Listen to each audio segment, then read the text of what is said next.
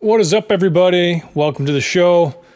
It's me, Michael, aka Hands and Feet from hehasanswers.com, and we are going to be taking a trip down the rabbit hole, dropping truth bombs in order to fight the battle for the minds. Just want to make sure all my settings are good here. As usual, for things like this, technical issues arise, and one of those is, for some reason, I cannot see my chat box, but I've got it embedded in the stream, so I'll still be able to read it. However, everyone else will be reading it too. Hopefully it's not too annoying. Want to make sure we're going good here on Facebook. That's the platform I'm mostly concerned with. Oh yeah, we're live right now. Awesome. And I'm going to share this to a bunch of groups.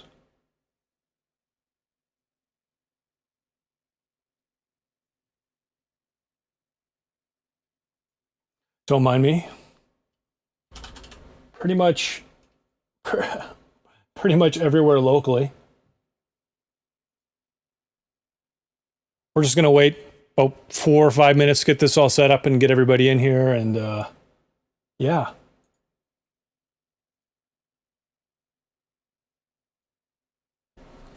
I've already watched these documentaries. I don't need to watch them again. So, not really doing this for myself.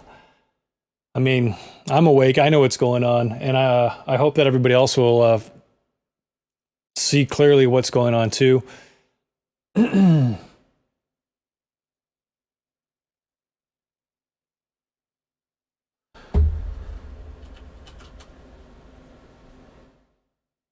Everything. I'm posting to a bunch of everything and anything goes groups in town. Hopefully those people will then. Oh yeah, I had a couple ladies that wanted me to message them when I started this.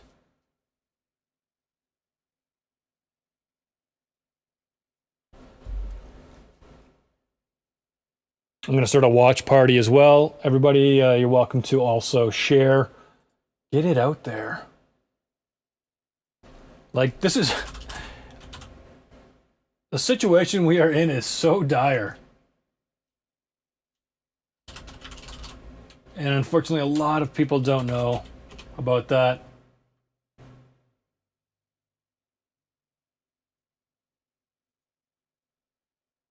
Posting to some political groups around Canada that I'm a part of.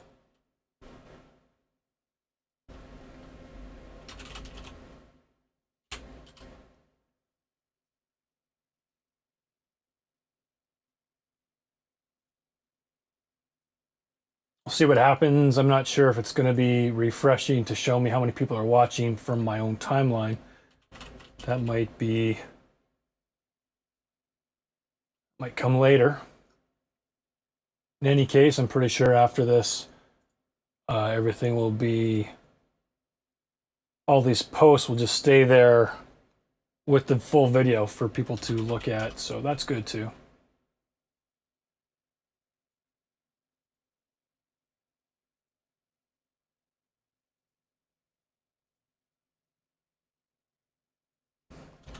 Yeah, I can't believe that. I don't know what went wrong. A few months ago, I was doing a lot more streaming, and every time I opened up OBS Studio, which is a free streaming piece of software that's like, once you get the bugs worked out, it's quite reliable. It's probably one of the best free streaming software platforms out there. On one side, like, you could have these, you could dock like a your chat box, you could dock your stream title so you can see where you're streaming to. That stuff's gone. I don't know. I couldn't figure out how to add it. And that sucked because I didn't necessarily want to have the stream coming through to the video that I'm sharing.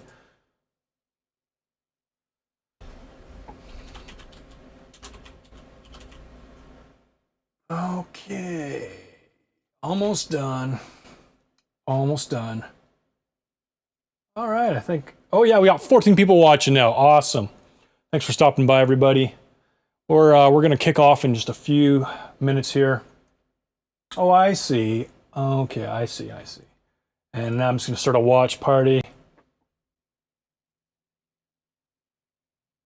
to some people. Oh, I guess I could have just shared to a group all at once. Wow, that would have been handy.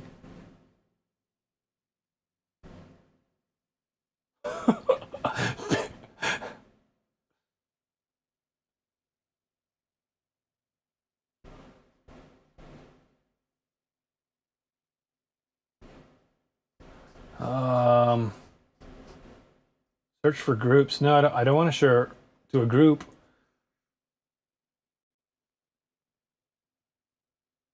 A lot of books behind you, a sign of an educated person. Actually, Rod, I've never read any of these books. No, I'm just joking. Thanks for stopping by, man. That's only one. That's only like half the library. Everything else is in my living room on my entertainment unit. Information limits and intelligence just to follow like lemmings. Yeah, the more you know, the more you can probably assess things. But the most important thing to know is the truth. Once you know the truth, and it's supernatural, friends, that helps you figure a lot of other things out, and you can weigh things against the truth. Okay, I'm just going to tag these two ladies.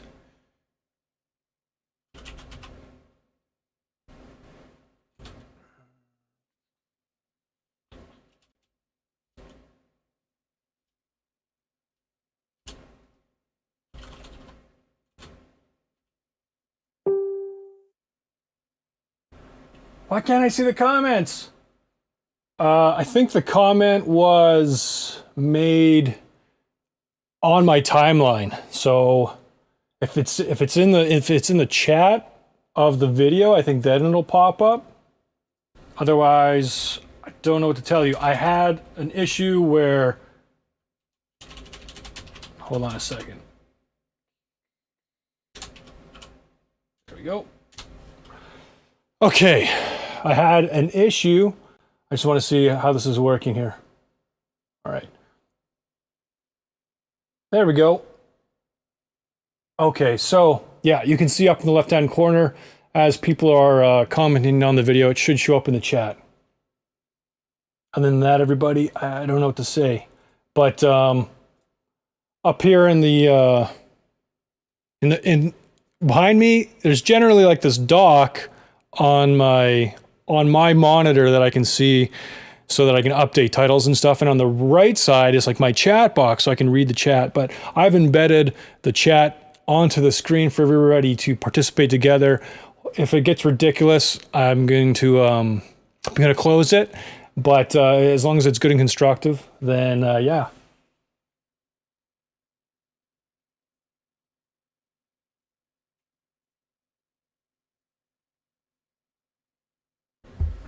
Okay, so first off, I want to thank everybody for stopping by. I got to say, this is one of the best opportunities.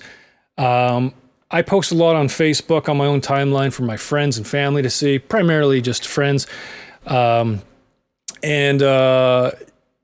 Honestly, it's probably one of the worst ways to communicate your ideas because unfortunately, people read what you're writing and they're just reading it, and they, depending on their perspective, depending on how they're feeling, depending on how they're thinking you're feeling, they will project onto what you're writing or whatever their imagination can come up with, and that's not to say that there's necessarily animosity. It's just a natural thing. You read a text, you inflect some sort of emotion onto it. And so I think a lot of people are misconstrued with how I am posting, how I'm feeling when I'm posting. Yes, I'm greatly concerned. Yes, I'm greatly passionate, but I'm not posting things screaming at people, hating people. I'm posting with urgency because I'm so concerned with the trajectory that our nation is on, the trajectory our society is on, the trajectory this world is on. And I'll be honest, I know where I'm going when I die. So this could get a lot worse and I'll be fine. I'll always have peace. I'll always have hope. But I know a lot of people don't have that yet. and hopefully they will one day. But I'm just so concerned for so many people. And so I'm so glad I get to just actually stream some video. And this way people can hear, like, I'm a happy, peaceable guy. I'm not mad at people. I definitely am concerned about the fact that most people don't know what's going on. What's up? Oh, Fireblazer. Thanks for crashing my stream and inviting people to play Fortnite. We're going to be looking at some socio-political documentaries tonight. This is not as fun as Fortnite, but it is very critical because, friends, we got so much going on in the world. Sorry, I can't. The chat is now so far out of my view because it's not where it's usually supposed to be. I'm going to be missing it. But yeah, like we are so. We need a great awakening of the mind to what's going on, and I'm just really thankful that Facebook is one of the platforms you can stream like this, and so many people can potentially see it. And I also, well, basically the reason this is called Down the Rabbit Hole is because, like Alice in Wonderland falls down a rabbit hole into a world she's never known before. About 9 years ago, my mind was awoken to the truth, a spiritual truth, and also very real truth. And as I continued on in that journey, I just became, like, my thinking changed. I used to be like very different politically and everything, and very quickly my mind was renewed, and my thinking on things, my opinions on things were all changed. And then I just started to see more and more. And I started researching and looking at the evidence and reading books and reading, all these different things. And it's just really crazy. And so I thought the best way to jump into this series would be to take the bull by the horns and look at one of the most horrifying realities that we're faced with in this world, and that is the reality that the elite, powerful, wealthy, influential people of this world, they're not like you and I. They're the power, the influence, the money, the fame. It's gone to a lot of their heads now.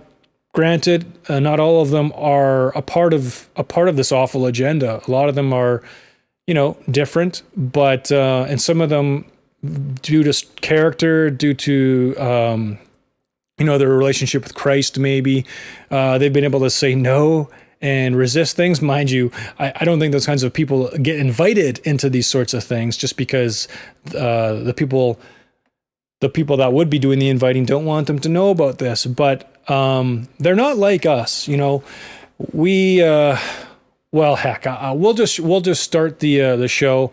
And these are real documentaries. The first one we're going to watch is from the BBC. Came out many, many years ago. Looks like 2002.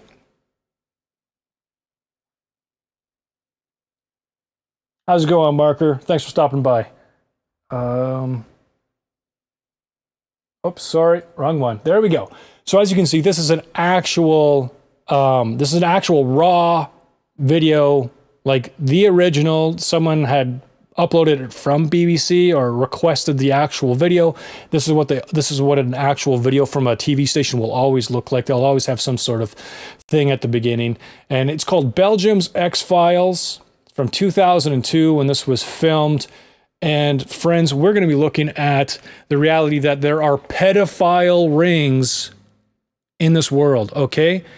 Sex trafficking, pedophile rings for elite people with lots of power, lots of money.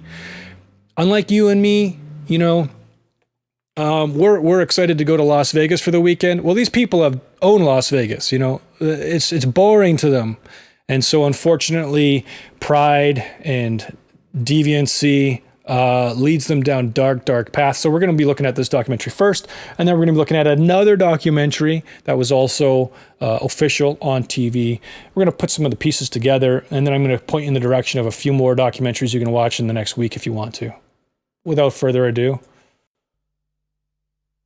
let's kick it off. And I'll try and watch the chat here now that I'm kind of looking another way. Let me know if the sound is okay. It should be pretty good.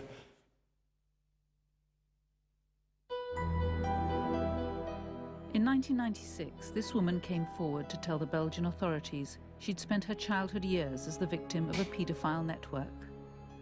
She described a world of organized sexual abuse, torture, and even murder. It was terrible. You didn't believe your eyes. And I didn't believe that humans could do that. She talked of violent child sex orgies with politicians, judges, and influential businessmen, a Belgian underworld in which the establishment has refused to believe. Regina Louf is a pathological liar. She's a woman who's invented a series of scenarios which just don't stand up. A campaign followed to discredit her evidence, but now in an exclusive interview, the policeman assigned to investigate her claims has broken his silence.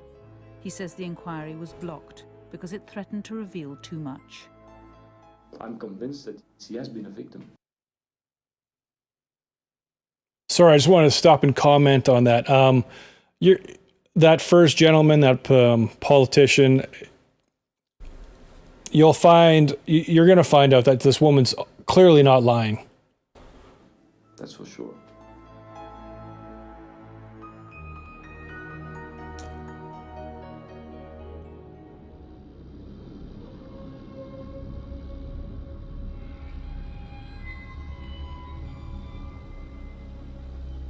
This is just such an awful story, but hey, hang in there. You got to watch it.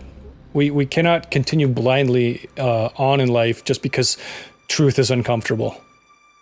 In June 1996, this Belgian slum revealed a bitter secret that would come to haunt the nation.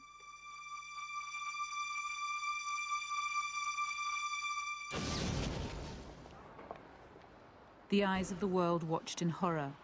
Into the light emerged two young girls. Laetitia, aged 14, and Sabine, just 12, were the latest in a long line of girls who'd gone missing.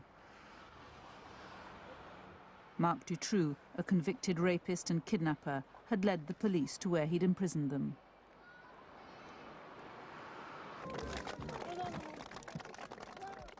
Relief swept Belgium as their tearful homecoming was caught on camera.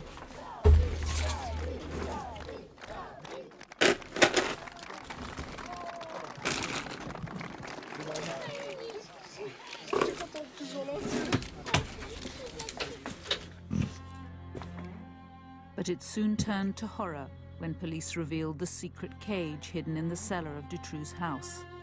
The girls had been kept here, drugged, and repeatedly raped.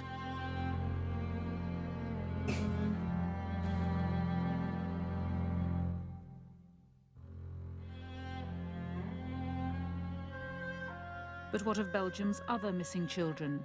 8-year-olds Julie and Melissa, who were missing for more than a year, and 12 others who'd vanished mysteriously. Was this a new lead in the hunt for them? The hopes of their parents were soon dashed. Within days, Marc Dutroux led police to the site where the bodies of Julie Lejeune and Melissa Rousseau were buried. The parents were informed, but when the Rousseaus asked to see their daughter, Melissa, for the last time, they were refused. We begged, we were crying to see her. Really, we insisted with our lawyer, we really cried. They said, no, it's not possible, that's the law. But we said, what's the point of the law? And they said it's for your own psychological good. So just on that, friends, like, there's something called the nanny state, and that is the idea that the state has to take care of you like it's your mother. Granted, there are laws to keep us from harming one another, and that makes sense. But as awful as this would have been, it would have given a lot of closure to these people. They've got every right to see the decomposing, mutilated bodies of their children, and makes you wonder about the situation that these people found themselves in.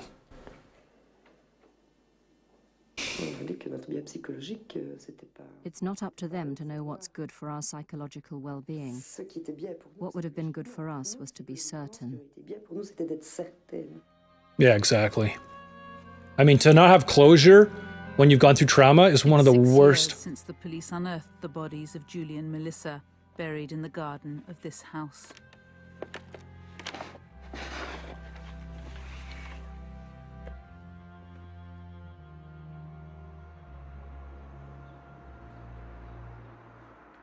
What's extraordinary to me is that though Dutroux's in jail, he's never been tried for these crimes. It's as though the judicial system froze when faced with having to bring him to trial. This is obviously an older documentary. He has eventually gone to trial. We'll talk a little bit more about that later. Officially, Dutroux lived on benefits, yet this house, now derelict, was one of 5 that he owned. The bodies of 2 more missing girls were found at another, Effie Some of the other documentaries say he owned as many as 7 of these rundown properties. Lambrex and Anne Marchal. I didn't believe that it was possible that children were kept in a cellar and were raped and kept there until that Dutroux was taken to prison, and that we could see the cellar. At that moment I had to believe. Before the murders, Marc Dutroux had already been convicted of 5 charges of rape and kidnapping. Yet somehow he'd served only 6 years in jail before he was released back into the Charleroi underworld. You're going to learn he'd been tried, or he'd been sentenced to 13 years, and he was let out early, after 6 years. This was once Belgium's industrial heartland, but today its most famous industry is crime. Dutroux melted back into this realm of prostitution, drug traffic and stolen cars, and began to plan his next project, the kidnap of children.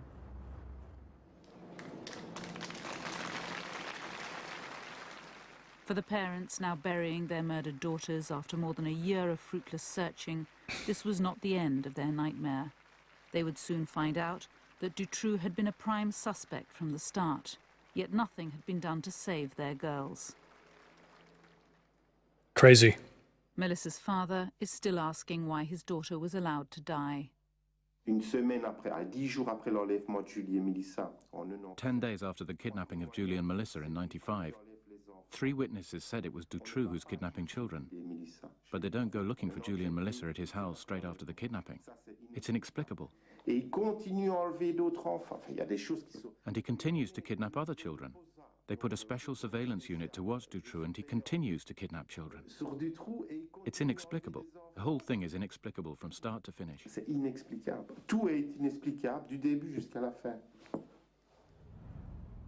What is known is that Dutroux was finally caught when his white van was identified. It had been used to snatch a 6th girl miles away from his home patch. The man who arrested Dutroux was Jean-Marc Connerot, an investigating magistrate. He became a national hero, uniquely respected by the parents of the murdered children. He is someone who wants to know the truth. You can feel it. When you talk to him, you can feel that he wants to investigate, that he wants to have the truth. He is a very good magistrate. Conrad arrested Dutroux's associates. Among the first was Jean-Michel Nihoul. Nihoul and Dutroux had been seen at the site of the latest abduction the night before. They'd been in constant phone contact the day it happened, and the next day Nihoul gave £10,000 worth of drugs to an accomplice of Dutroux. One witness claimed Nihoul had ordered a girl. Connerot knew Nihoul had influential friends. He suspected he was the brains behind a network supplying clients with children to abuse. It's a charge Nihoul denies. Obviously. Connerot appealed to the public for information. When I saw him walking down the stairs, I thought that they knew everything about him. It was a shock. I thought, finally, they stopped him. Regina Louf was one of the first to come forward. She said that as a child, she'd been abused for many years in a paedophile network involving Nihul and Dutroux. I remember Jean-Michel Nihul as a very cruel man. He abused children in a very sadistic way. She says that at the age of 12, she was taken with other children to sex parties. And, she told investigators, Dutroux was there, working for Nihul. Dutroux was a boy who brought drugs, cocaine and something like that to these parties, who brought some girls or watched girls on these parties. Nihul, he was a sort of party beast. And Dutroux was more on the side. Nihul denies he's ever met Regina Louf, but her stories never changed. Nihul, she said, was one of those who organised the parties and invited the cream of Belgian society, judges, politicians and influential businessmen, in order to compromise them. Judges, politicians, influential businessmen. If you watch some of the documentaries that I'm gonna refer you to, there were a number of judges and policemen actually arrested during this whole investigation. I don't know what came of that, because that later documentary is kind of seems like a misinformation, disinformation piece to me. But notice this guy. I thought this was funny. Let's see here. Harvey Weinstein crutches.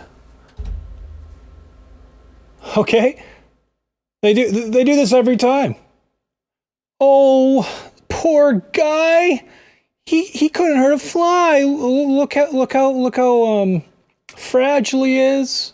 You know, I don't know how they think this is. I don't know how they think this would even work or make anyone feel sorry for them. You know, but as soon as I saw that documentary, I was like, oh yeah, Harvey Weinstein did the same thing.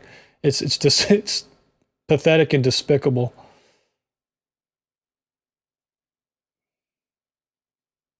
But here he is with his crutches. Suddenly he's got some horrible ailment.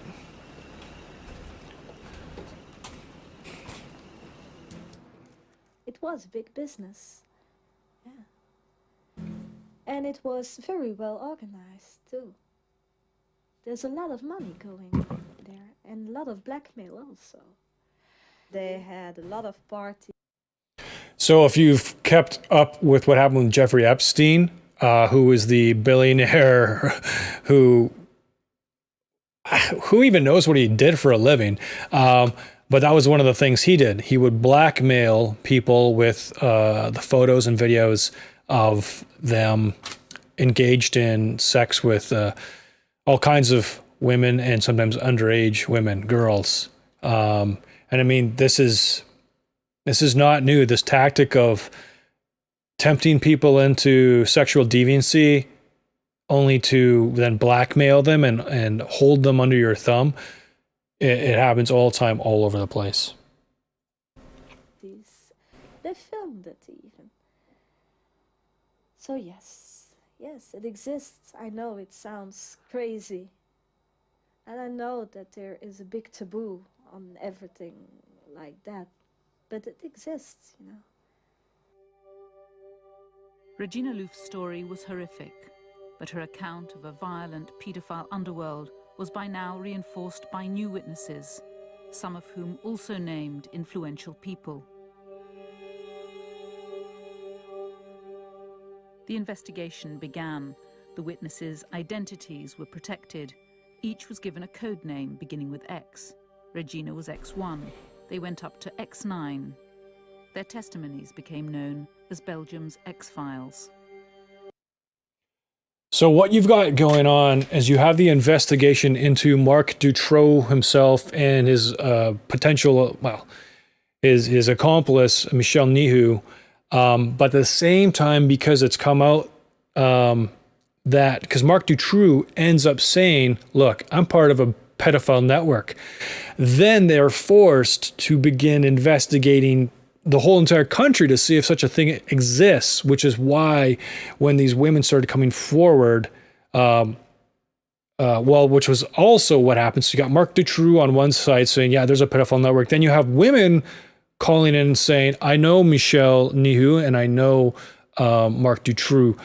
They were part of, a ring when I was young or whatever. And so then they're now investigating if there's any legitimacy to all of this stuff. And this is where obviously powerful people would not want that to come to light. So we're going to watch and see what happens.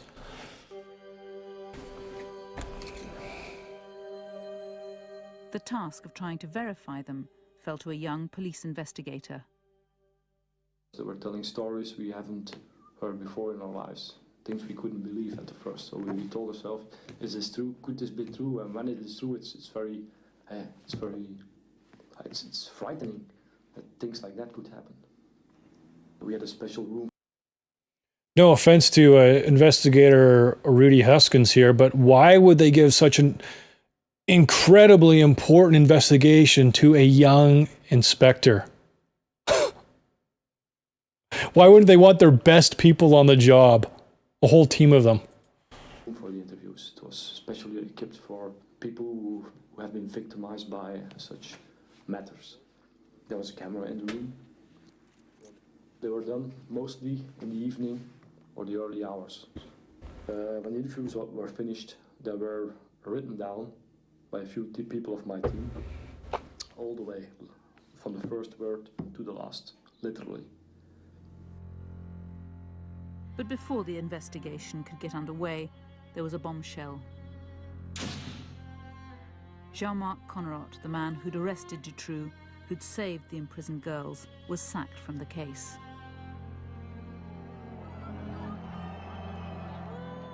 His removal caused a public outcry. Belgians lost faith in their judicial system. They descended on the Palace of Justice and accused the courts of colluding with the killers. Obviously, yeah. The father of one of the murdered girls spoke for all. This decision is like spitting on the graves of Julie and Melissa. There's an investigating magistrate, Connerotte, who arrests 10 people. And they sack him and they appoint another investigating magistrate, Langlois, who's never done the job before. It's his first appointment in the most important investigation, in the biggest file of the century. You're going to put in an investigating magistrate who's never done the job before? Can you understand that? That doesn't make any sense. 300,000 outraged Belgians marched through Brussels in a demonstration of grief and solidarity. This white march was the largest protest the country had ever seen. Belgians felt that the dismissal of Connerotte was a betrayal of Dutroux's victims, that it signaled the end of any real search for a network. The 2 rescued girls were overwhelmed. Thank you for coming in such large numbers. Thank you all for coming. These were the girls that you saw at the beginning being escorted out of the building and into the car. The country's highest legal authorities had removed the only judge in which the public had any faith because he'd attended a fundraising dinner for the families of missing children. A conflict of interest, they called it, a lack of judgment. The government feared a revolution. Okay, so I don't know if you caught that. I just want to reiterate. The investigator who'd already arrested 10 people or whatever inside this pedophile ring, freed girls, etc. He went to a charity dinner where one of the families was attending, whatever, and that was seen as a conflict of interest, so he was taken off the case by the powers of the documentary. Says that attending such an event has been done dozens and dozens of times in the past by other people, and those people were never sacked. So why this different standard? It should be obvious. He was getting somewhere. He was getting to the truth. And then you have them give this important assignment again to this inexperienced individual. Now, this guy who you saw in the gray suit, younger looking, dark hair, getting into his automobile, that guy doesn't find anything. So he's obviously happily going along to get along, looking forward to promotions because he's in on the corrupt business. We're going to learn that the other young guy, Hoskins, Rudy Hoskins, his team does find things, lots of things. I think there were a kind of insurrection climate, a kind of pre-revolutionary climate here. You know, the big powers in Belgium, so the magistrates and the political circles, the government, the parliament, everything was totally discredited. Everything was totally discredited.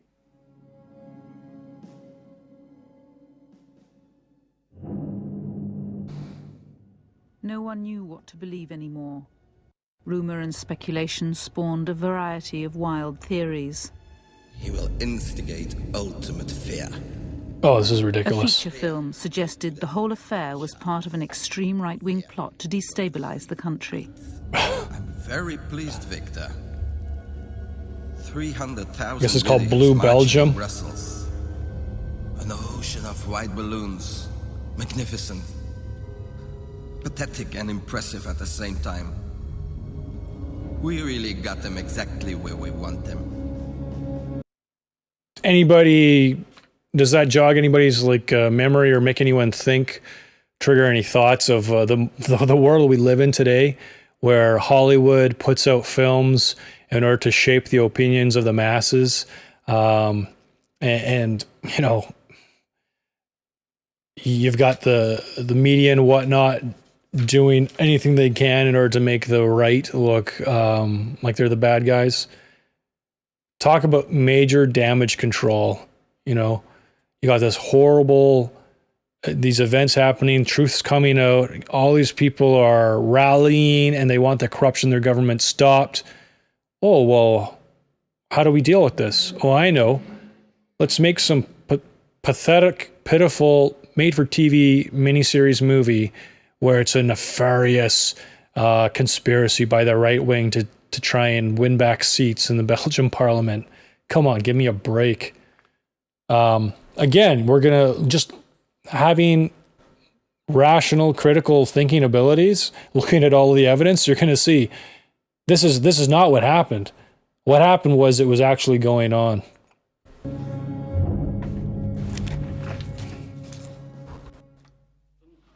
En op verzoek van de Kamervoorzitter, de heer Raymond Langendries. To appease the public's concern, Parliament set up the Dutroux-Nicholl Commission. Je propose à la Commission d'observer un moment de silence. Merci. As the pressure grew more and more, they decided in a kind of panic climate to create the commission because the political world had to try to find an answer. But what the commission revealed was incompetence that beggared belief. Police had been told of Dutroux's plans to make money by kidnapping children. They had his house under surveillance throughout the abductions. They even searched inside and heard the sound of children, but failed to find the dungeon. What it established beyond doubt was that the girls could have been saved. They had everything they needed to arrest Dutroux. That's the scandal of this affair. Dutroux was known. He had previous form. They had valid intelligence that he'd built the hiding place in the cellar for the little girls. There was information from Charleroi that the children could be at the house. But when the Parliamentary Commission began to ask why, was it incompetence or had someone in authority protected Dutroux, cooperation with their investigation stopped. What? It was completely sabotaged to the point that all the work they did has been locked away in archives for 30 years. It was Parliament that voted that on itself. Can you imagine?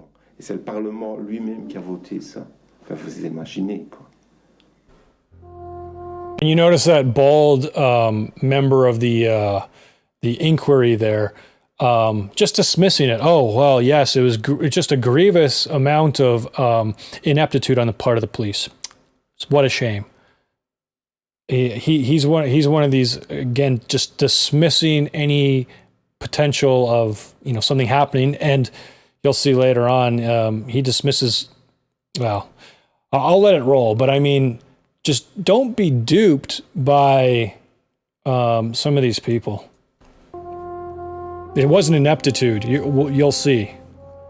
If the It's Commission's purposeful. job had been to restore stability, to clear the air of insurrection, it Yeah, worked. exactly. Yeah. The danger to Belgium's establishment was over. But there was still no answer to the most important question. Was the catalogue of failures pure incompetence, or had Dutroux and his friends enjoyed protection? Were they Here he is again. On the question of protection, we didn't discover much, unless you count the best protection that Dutroux could have had. And that's the incompetence of Belgium's police and judicial system. But Jean-Michel Nihoul, the man suspected of hiring Dutroux to kidnap children, was released from jail after just 5 months. What? It's still unclear if he'll ever come to trial, and some members of the Commission remain convinced he is protected. We succeeded in demonstrating that Nihoul was really an artist in protection, really a specialized man in manipulating inquiries, policemen and judges. We had proofs about that.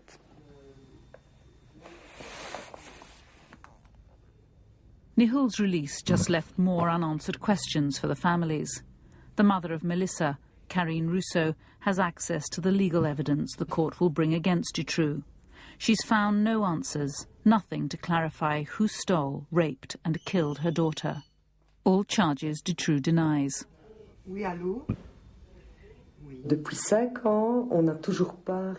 5 years on, there's still no admission from Dutroux. There's no material evidence, no witness statements which state that it was Dutroux who really kidnapped the children, who really raped them, and who really killed them. So now in our present day, we know that Michel Nihoul, the old businessman, he actually was a pub owner, but he was known for throwing these kinds of parties, sex parties and whatnot. Anyways, he does get arrested, or he does go to prison in the end for 5 years, but not for any of this. He's arrested for drug charges. Okay, so they drop everything else and they said, yeah, not enough evidence for you to actually have been involved in all this. Bunch of baloney. So slap on the wrist. It's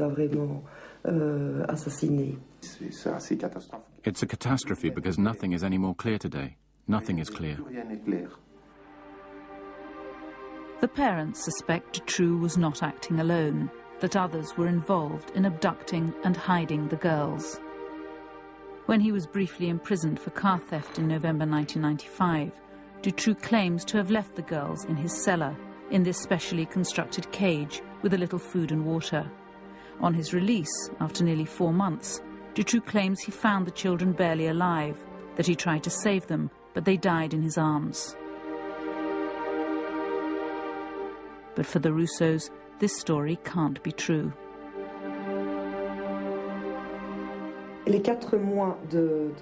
4 months incarceration of 2 little girls of 8 years old in a cellar in the middle of winter.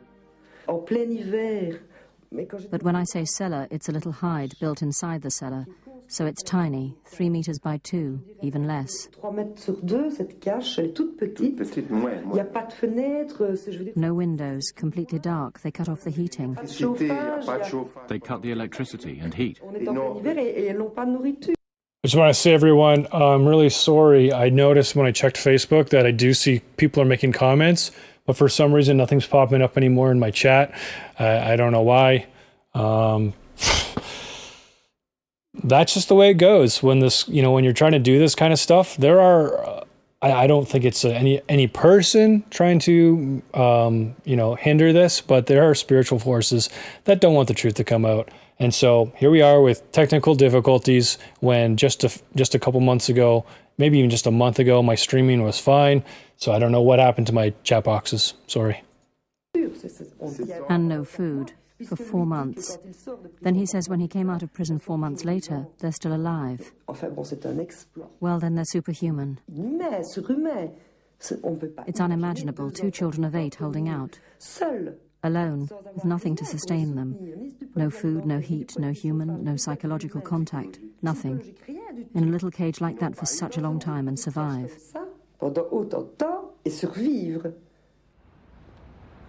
So how did they survive so long? Did someone else keep them alive? Good question. The Palace of Justice in Liège is the seat of one of Belgium's most powerful figures, Prosecutor General Anne Tilly, who's in charge of the case. She says there's no evidence to contradict Dutroux's version of how the children died. Oh, baloney. So how did the children survive so long, nearly 4 months, until Dutroux was released from prison? No, Julie was dead. Melissa was nearly dead, and then she died. I think it was 4 months. 4 months? She's nearly dead? Melissa, how could she have survived nearly 4 months? Survive in what condition? In a lamentable state. She was so weak she could not get up. That's according to Dutroux, of course. No one else was there.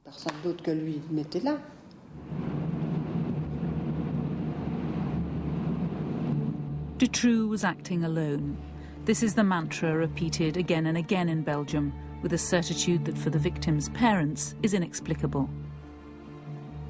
They believe that investigators have blocked every lead, rejected every clue which would reveal that Dutroux was kidnapping girls for someone else. Most painful, perhaps, is the autopsy report which shows Melissa had been repeatedly raped about 2 weeks before her death, while Dutroux was in jail. So who raped this child? Dutroux denies he raped the girls. They're being raped 2 weeks before they're dead. He's in prison. Who's going down there and doing this? Another question, why did Marc Dutroux believe that he was going to make money from kidnapping children if he never, ever, ever went through with actually prostituting them out to anybody or trafficking them? But isn't it simple to find out if Dutroux raped them or someone else, scientifically? Normally, yes. In principle, yes. But in fact, the most elementary scientific tests, like DNA tests, the traces of the culprit on the body of the child, were just not done. Why wouldn't they do those tests? Back in the Palace of Justice, they say the DNA tests were done, but Oh, the yeah. results were inconclusive. Can you explain why there was no DNA analysis done? DNA analysis was done, madame. And the results? Nothing. What does that mean, that there was no trace of sperm? They were in a very putrefied state. It did not allow us to make an analysis of that type, of sperm or anything. Like, is it just me, or does this woman not strike you as the kind of kind-hearted person who might want some justice in this situation? She looks like she is a protectorate of the state, you know? Ugh. That's not what's written in the autopsy report. Again, the story doesn't square. The bodies weren't severely decomposed. DNA can be identified from samples taken long after death. The question remains unanswered. Why is there no DNA result? Might it have shown that someone else had raped Melissa? Other forensic tests that should have been routine were just not done. Human hairs collected from Dutroux's dungeon weren't sent for analysis. The logic was strange. They claimed that as there was no evidence anyone else had entered the cage, there was no need to analyse the hair. Blocking justice. In 5 years, Connerott's successor has shed no light on the abduction, imprisonment or death of the girls. Jacques Langlois refused to be interviewed.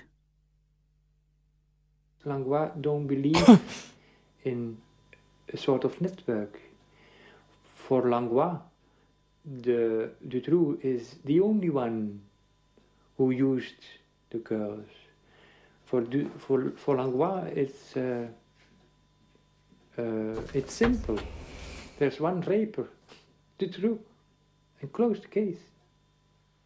Like, why not check those hairs? Why wouldn't you check those By the spring hairs? of 1997, evidence of a paedophile network linked to the Dutroux affair was emerging from the testimony of the ex-witnesses. Okay, check this out. Their family, okay? Very well, like, it looks from their home like they're people of moderate or reasonable wealth. And so then, of course, he would be connected with certain kinds of people. And I don't know if it's this documentary, but another. She divulges something about what her father and even her mother have her doing.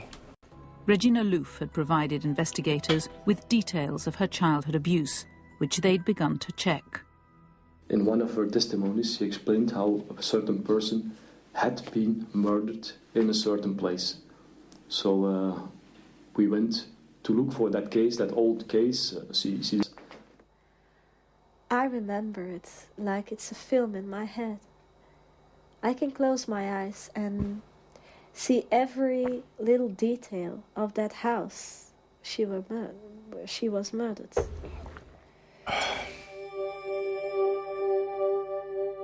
Regina Louf described a house where in 1984 she said she saw the torture and murder of a young girl.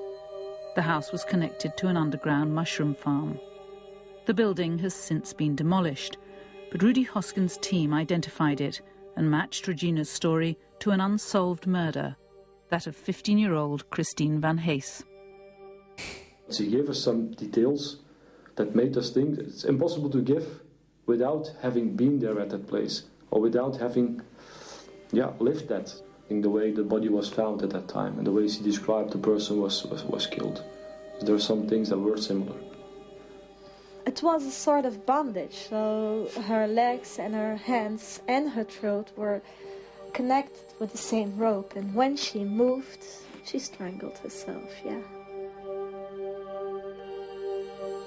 The credibility of Regina Louf's testimony hinged partly on whether she really knew the house where Christine Van Hees was killed. Here we go. This man grew up there, though his family sold it before the murder. It was two houses knocked into one, with a unique passage of stairs and corridors. No one, he says, could describe it unless they'd been there. There was the corridor here between the two houses, and she drew a picture of the doors inside. They were antique doors, and she drew the moldings. She described the wallpaper and the front step. I don't know how she could have described it all so faithfully if she never entered the house. I don't know Regina Louf. I've never even met her. All I know is, from her description of the house, of the mushroom farm, my brother and I agreed. I'm sure, it's certain she entered the mushroom farm. It's certain. So now think back to the gray-haired, balding, thinning hair guy from the inquiry from the commission that was supposed to be investigating whether or not there was a cover-up, whether there actually were people in high places involved, dismissing Regina Louf. He said, oh, she's crazy, she's a pathological liar. You know, I admit, when you look at her talking, she looks a little flaky. But seeing this evidence, there's no way she knew about the murder and like, I mean, obviously you could remember something in the news, but the detail of the murder, the detail of the place that it took place, she obviously was there, and they attacked her and said, well, you're crazy, so that her testimony is now illegitimate. And that's what people always do if they don't want the truth to come out, or if they just want to win the argument against you without having to actually do anything with your evidence. They use ad hominem attacks, meaning you attack the person, they make fun of you, they say you're crazy, especially, and then now you're not going to be listened to. But I mean, for him to do that and not have this emblazoned in their brain tells you whose side he's probably actually on. It's, yeah, The police startling. were now convinced they were onto something, that Regina Louf's testimony was credible.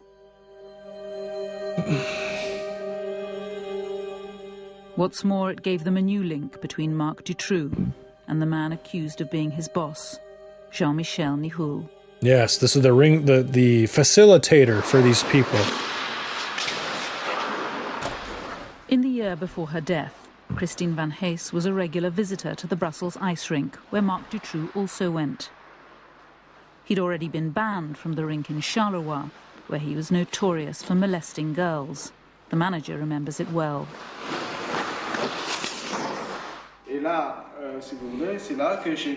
And then I saw him with a young girl who was up against the lockers like this.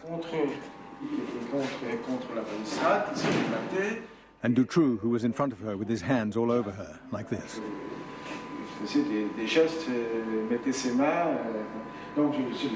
So I grabbed him and pulled him back and brought him over here. At that moment, my father-in-law turned up, and when he found out what was happening, he wanted to hit him. So I grabbed his arm, otherwise he would have punched him. Hopefully it was because he was underage, because he was an adult. Skating, Christine Van Hees used to spend time in the building of a pirate radio station. It belonged to Jean-Michel Nihoul. Both men, Dutroux and Nihoul, were at Christine Van Hees's murder, according to Regina Louf. And Dutroux was involved in the murder? He watched it, and he didn't do anything, and so he abused her that night. So, yes, he was involved. How many people were there? I still don't know for sure, but around 8. Nihoul, Dutroux, and a lot of others. So, but everybody except Dutroux is free. And I would say if Miss Louf or Regina, whatever her name is, looks a little flaky when she's giving her testimonies, it's not because she's lying. It's because she's, a recovering victim from a childhood of awful, awful sexual abuse. So obviously you're going to have some quirks in your personality, how you express yourself, whatever. But I mean, the evidence is all there. The Christine girl from the rink is the same girl she said was tied up in the bondage, in the rope, bound in order to kill her. Like, a lot of coincidences. Denied it, but her testimony was dynamite. If true, it meant Dutroux and Nihoul were linked with another murder. But then, out of the blue, the investigation was stopped. Surprise! We received a message that we couldn't investigate him, and just like that, we were sent home. What? Just like that, without an explanation, because our work hasn't been done all right. Very strange. Why were you taken off this case? I wish I knew. Perhaps we were touching something we couldn't touch. Some people say this, we didn't have to prove at that moment to say things like that. But perhaps we were coming closer to some things, perhaps. Like what things? I don't know, something Belgium or the world shouldn't know about. Patrick de Batz, the head of Hosken's team, had been one of Belgium's most respected police investigators. It was he who'd taken Regina's testimony. Now he too was sent home, accused of manipulating her evidence. Patrick de Batz, who questioned her, was accused of planting some of the information so that she would reproduce it. You watched that investigation. Was that true? No, no way. No way. But we even had some magistrates, judges, and superior gendarmerie officers watching how we interviewed, and they watched it from the first to the last moment. And if we haven't done it right at that time, they should have said us, don't work that way, but they didn't tell us anything. So I didn't know this before. You probably don't know this. Gendarmerie are basically like the federal police service in Belgium. I don't know what that translates to, but they are, like FBI or whatever. So you've got two tiers here. You have your local kind of police, and then you have your federal sort of police. And you're going to see that it's the gendarmerie where it seems the major problems are in this whole entire thing. For de Batz and his colleagues, charged with manipulating an inquiry, a Kafkaesque battle now began to clear their names. They were suspended, and Regina Louf got a call from a member of the new team assigned in their place. His motive was clear. He said, well, we have to search for mistakes you made now. And you have to prove now that you are right. And I said, no, I don't have to prove that I'm right. You have to investigate if I'm right or not. I'm not a police officer. I can do house search and I can't interrogate my abusers. You have to do that. I just can tell my story and make testimony. That's all I can do. And he said, wrong. You have to prove it. So I can understand the replacement team. I mean, obviously, the first team with Hoskins and de Batz is taken off because they're getting too close. They're figuring things out that are not meant to be figured out. People in power, they like to do their wicked, evil things, and they can't very well drive around trying to pick up underage women and little girls to molest them. So you have to have someone doing that. Okay, well, your go-between is this mafia person, Nihu, who is connected to the underworld and hires pieces of crap like Marc Dutroux to go and do his dirty work. And so with those people taken out of the way, you don't get to participate in your disgusting hobbies. And so that's obviously why someone with some power said, we've got to figure out a way to get the first team off, and then we'll replace them. The second team, fine. They go in, they scrutinize Aloof. That's okay. But then not to continue on with the leads from the 9 X-Files girls is beyond me. But I think it's clear what was going on. They didn't want to know. News about Regina's story began to leak out. When the media took it up, it was to destroy her. X1 and horror fantasies and investigative something report. Madame, Monsieur, bonsoir. L'affaire Dutroux s'est enrichie de... The flagship program of the government-funded French-language channel was unequivocal. De Batz was guilty, they declared, and Regina Louf a sinister and deranged liar. I hope you caught that. The government-funded station is who put out this information. I hope that is reminding you, friends, of the situation we here find ourselves in, where we have the CBC of Canada, the Central Broadcasting Station of Canada, or is that what it stands for? It doesn't matter. They receive, I think, something like $1 billion a year in order to keep operating. Friends, there's no reason they should receive that much money. Frankly, I personally believe they should have to compete with the rest of the market. If they want to put on comedies and dramas, well, they had better get the ratings and sell the advertising in order to fund themselves. And if they suck and no one wants to watch them because they're too busy watching American television, that's just the way it goes. The whole defense is, well, we need to protect Canadian culture by having people watch CBC. I'm sorry, but CBC shows like this hour is 22 minutes or whatever else. These are not shaping the Canadian culture. And frankly, the reality is our culture has long since been inundated by many things of the United States, because guess what? Most people don't watch CBC.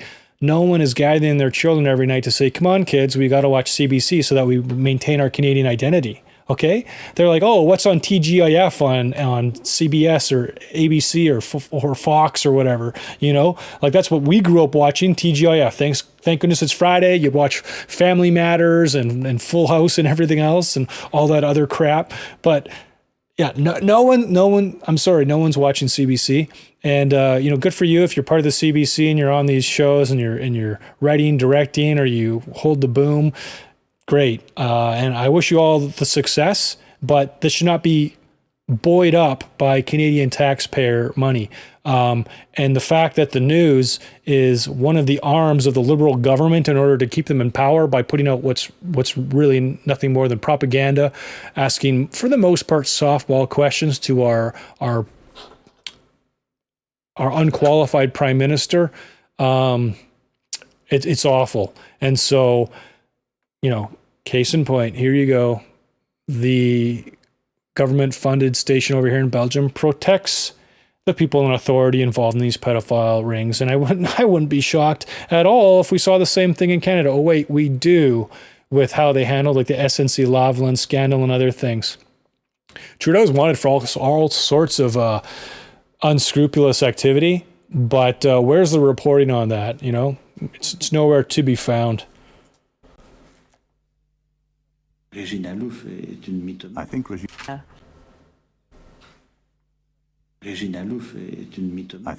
Louf is a pathological liar. She's a woman who's invented scenarios that don't stand up to scrutiny. Except for the house. Fiction. That's not true. Well, no, not according to the investigators who were sacked. They don't agree with you. They say they weren't even allowed to investigate. No, that's not accurate. I continue to believe these men did not do their jobs properly, and that they let the public think that what Regina Louf and the other anonymous witnesses said was partly true. That's all a tissue of lies. Stories verging on the pornographic. They make no sense. Ugh, how evil you must be to protect. Weren't you manipulated? I mean, people have said she was completely mad. She invented the whole thing. Mm-hmm. But some people, some people say this, but they weren't there. We lived all the testimonies. We've seen them. We did the investigations.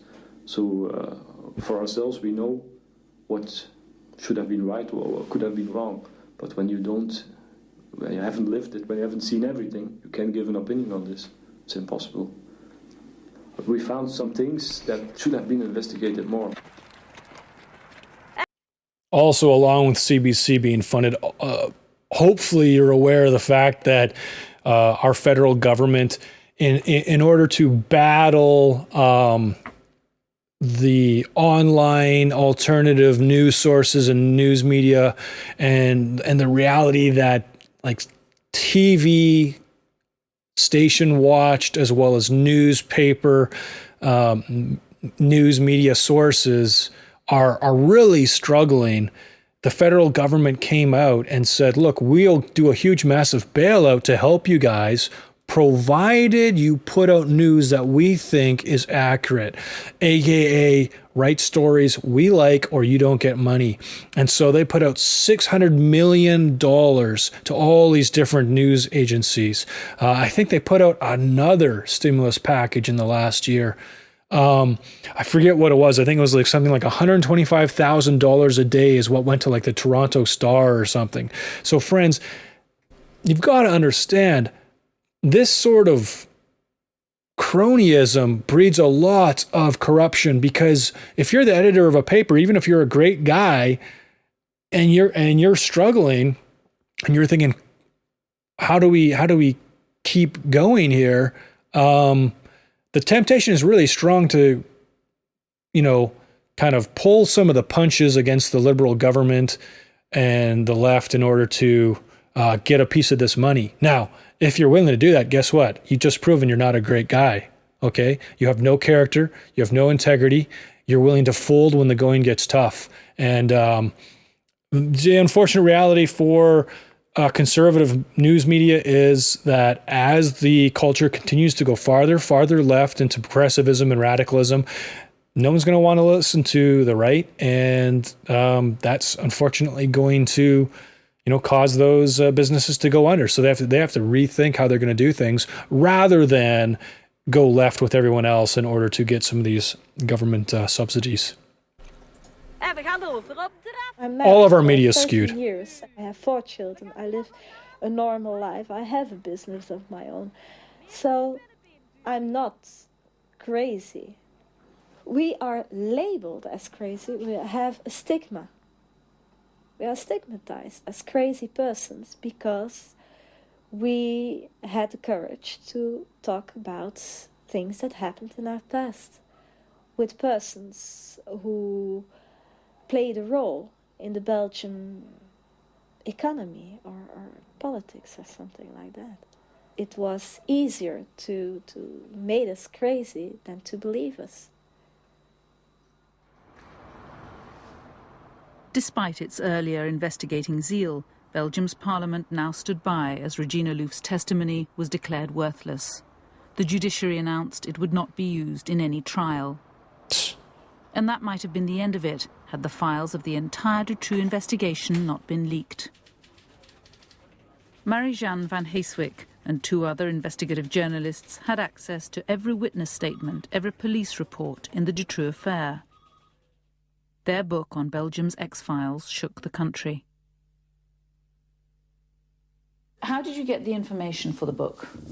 We had the opportunity to see the whole police file on the affair, and the problem is that we wanted to be sure that there was no manipulation behind that, because it's always possible. So we decided to meet a lot of people who were named in the files, who were witnesses in the file, and we met those people without saying that what we knew already, and we listened to their story.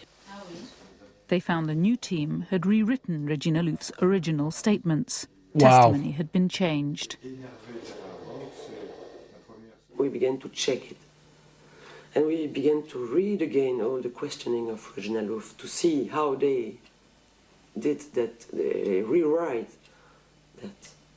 And one by one, we discovered that gendarmes, colleagues of the Bats, had pretended that the Bats manipulated the investigation. So everybody was tricked. To this, I just want to look up, define a few terms here for us real quick. Merriam-Webster.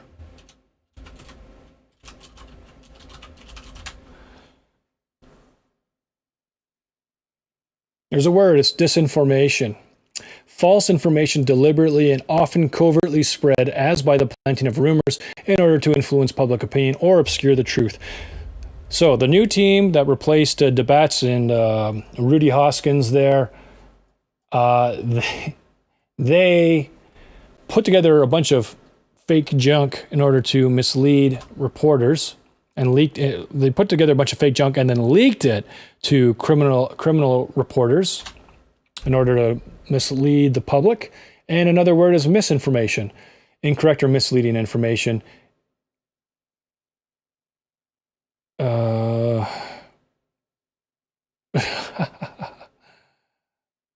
These are some awful examples here.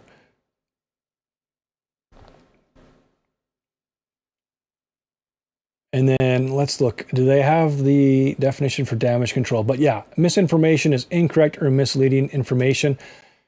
So similar to disinformation, disinformation is much more purposeful. Misinformation can be, I guess, accidental. Damage control.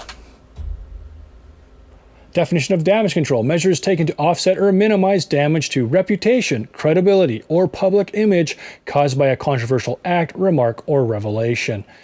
So, we're hearing about the damage control that's being done in this case in order to protect all of these elite.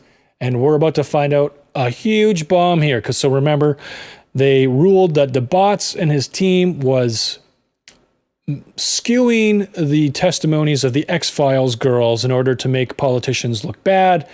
And so they had to be sacked, taken off the case, and I think in some cases maybe even retired. To this day, no evidence has ever been produced to support the allegations against de Batz. Yet he continues to be accused. I met him and his colleague in a Brussels cafe. Their careers are in ruins, and the investigation into Regina's story is dead. And yet 2 separate inquiries cleared them of every charge that they manipulated her testimony. The inquiry. I show you the final report of the Look at that report of the gendarmerie.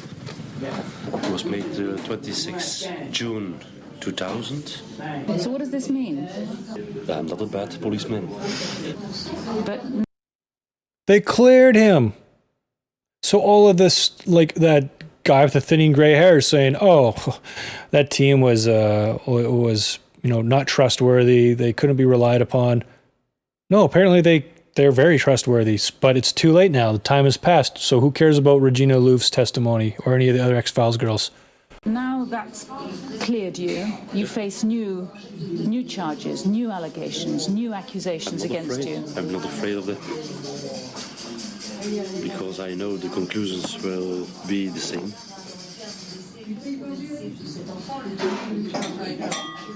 But why this constant barrage of accusations? I don't know. I can imagination things, but I can't explain them. For 6 years, the parents of the murdered girls have grappled with the inexplicable. Why were their daughters left to die? Why has Dutroux never come to trial? And why has every lead that might have revealed a network behind Dutroux been blocked or ignored? But Belgium's lost interest in their struggle. Yeah, Today, sad. Anyone who talks of a network, even the parents, is dismissed as deranged. So think of how powerful propaganda and misinformation, disinformation, and damage control is, friends. 1 year they had 300,000 people march the streets saying, we want justice, we want the corruption in our government ended. The next year, most of those same people are saying, oh, there's no problem. Oh, no, we watched the TV miniseries about the right-wing conspiracy. There's no problem. These parents are crazy. It's wicked. This wickedness. I talked in press about children who were raped and so on. And they started again with saying that I'm a little bit foolish and that I'm fantasizing. I'm sure that in several years, everyone will believe that networks will exist. I hope so, friends. And they have to accept. Since Marc Dutroux's arrest, anyone who's questioned the official line has been attacked. Every lead that might have widened the net has hit the buffers. Dutroux, meanwhile, has sat in jail. But outside, in the shadowy circles in which he moved, potential witnesses in the Dutroux affair have died in strange ways. What? A police How many? informer with links to the Charleroi underworld, José Steppe, told a journalist he had explosive information on Dutroux. 2 days before they were due to meet, he died. His family believes he was poisoned. Oh. Anybody else? Jean-Paul Tamineau was up to his neck in the Charleroi underworld of stolen cars and prostitution. He was summoned to see the Charleroi police and disappeared. The day of Dutroux's arrest, his foot was fished out of the canal. It's quite a coincidence that they died just before they want to testify, you know? That's strange. Social worker Gina Pardons worked with abused children. She'd identified the paedophile members of a pornography ring who'd threatened her. When she reported the threats to the police, she was killed in an unexplained car crash. Oopsies! How does that happen? François Reiskens told a friend he'd seen one of the missing girls, Melissa, alive in Holland. Before he could tell the police, his body was found crushed on the railway line.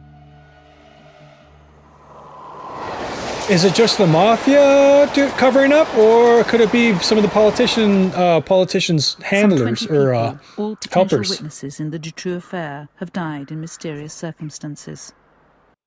So this documentary says about 20, and another documentary says it was as many as 30. Okay, so there's a discrepancy there. It doesn't mean they're both wrong, but it means somewhere in there's almost 30 people who were witnesses willing to come forward who mysteriously died for one reason or another.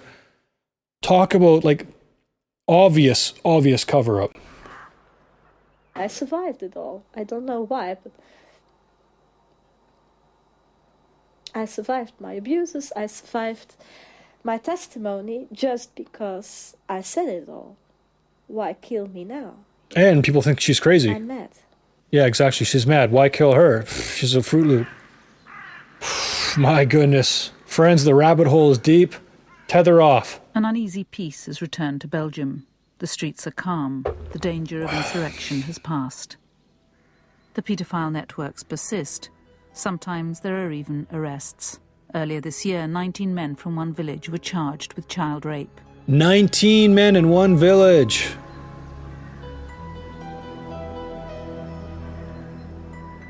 But the Dutroux affair has paralyzed Belgium's judiciary. No doubt.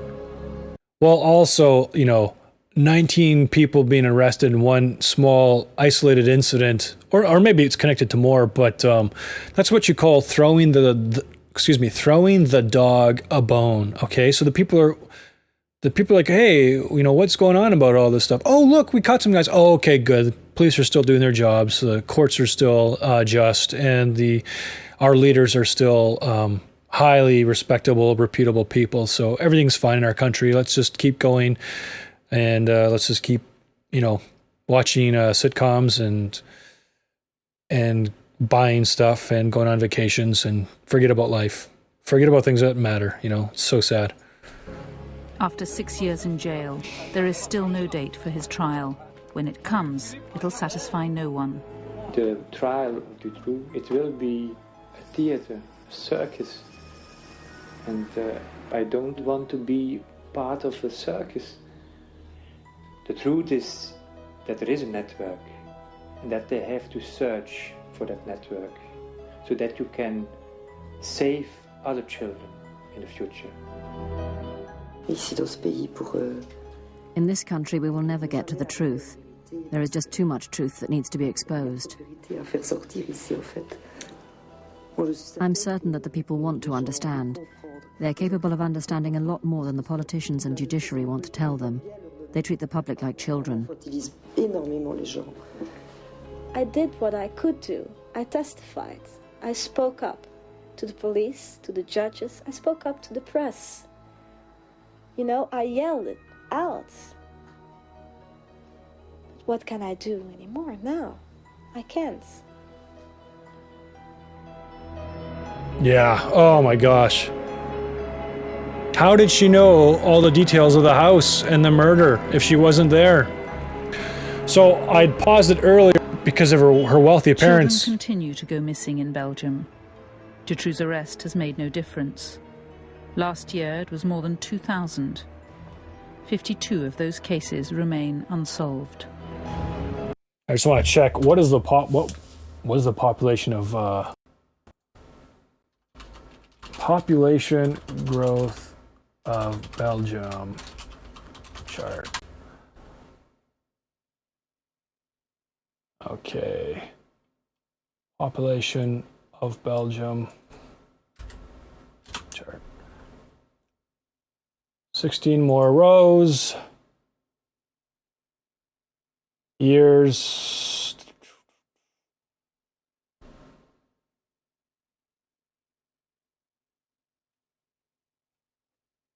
Historical population. Here we go.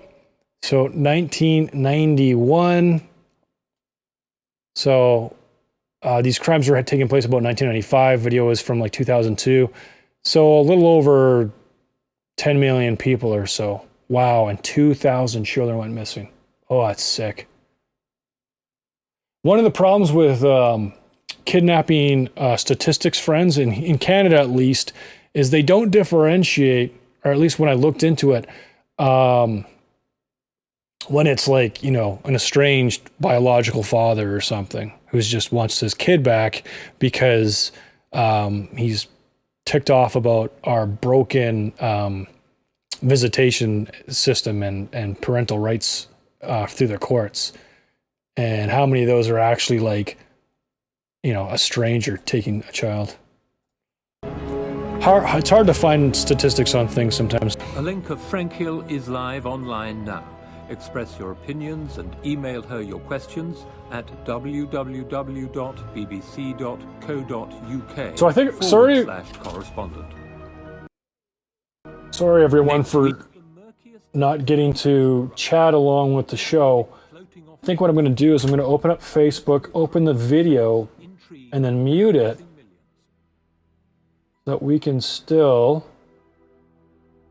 watch. Her your questions at Okay, can we go to full screen? That's what we want to do. Sorry everyone for... Oh wow, we got a lot of people who are saying stuff. Niall Adamson. Australia's a 60-minute video on the royal pedos also. And are you in Fort McMurray? Yes, I am. I find documents all conversation for posterity. Most Antifa leave once they know you are documenting. Sounds good. Australia. Oh, correction. What's up, Dan? Welcome to the show. So, wow, that was horrific, friends. What? Oh, I see. On the royal...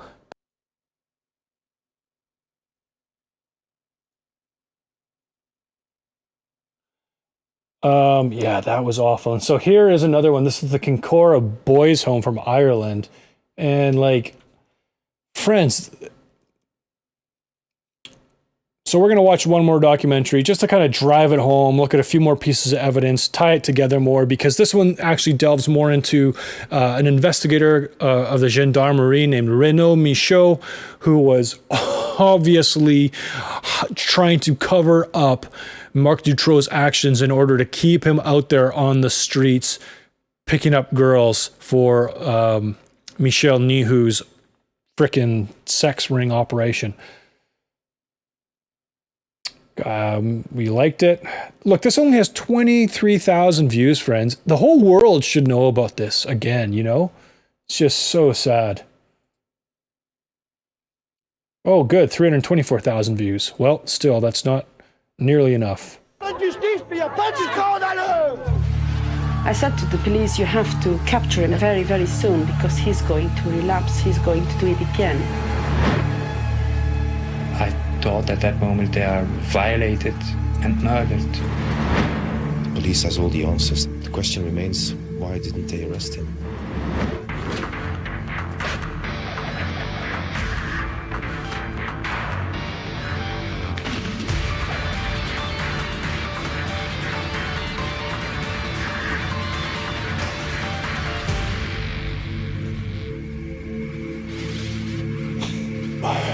Real crime, the perverted world of Marc Dutroux. Yeah, right. More like the perverted world.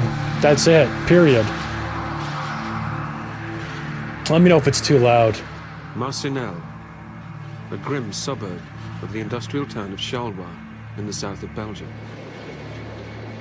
where on the 15th of August 1996, the dramatic rescue of two young girls was caught on camera.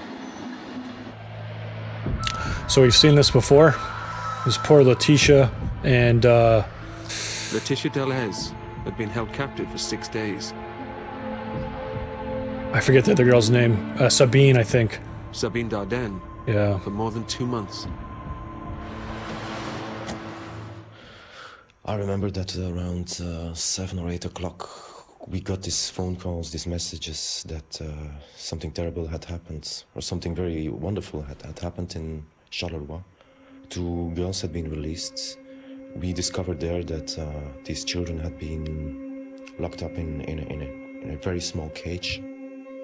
So this guy here is an investigative criminal researcher. So I don't know if he's a journalist or whatever, but you watch all the documentaries. He's again and again interviewed as one of the people that's covered this case so carefully and rightfully believes that there's been a lot of cover-up. Something like this in our beautiful small country, Belgium, is incredible.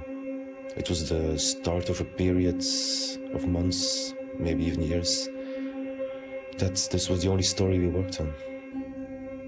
Kidnap, rape, murder. The events of the following months would involve 6 families and shake a nation to its core. It was a tragedy that would gather momentum and spark national outrage over rumors of conspiracy and corruption in the highest levels of the Belgian judicial system. A tragedy that we now know could have been avoided. And at its center, an evil psychopath. No, hardly. Hardly at the center. This guy was like a small part of it. Gras-Sologne, a rural suburb of Liège, home of 2 8-year-old girls, Julie and Melissa.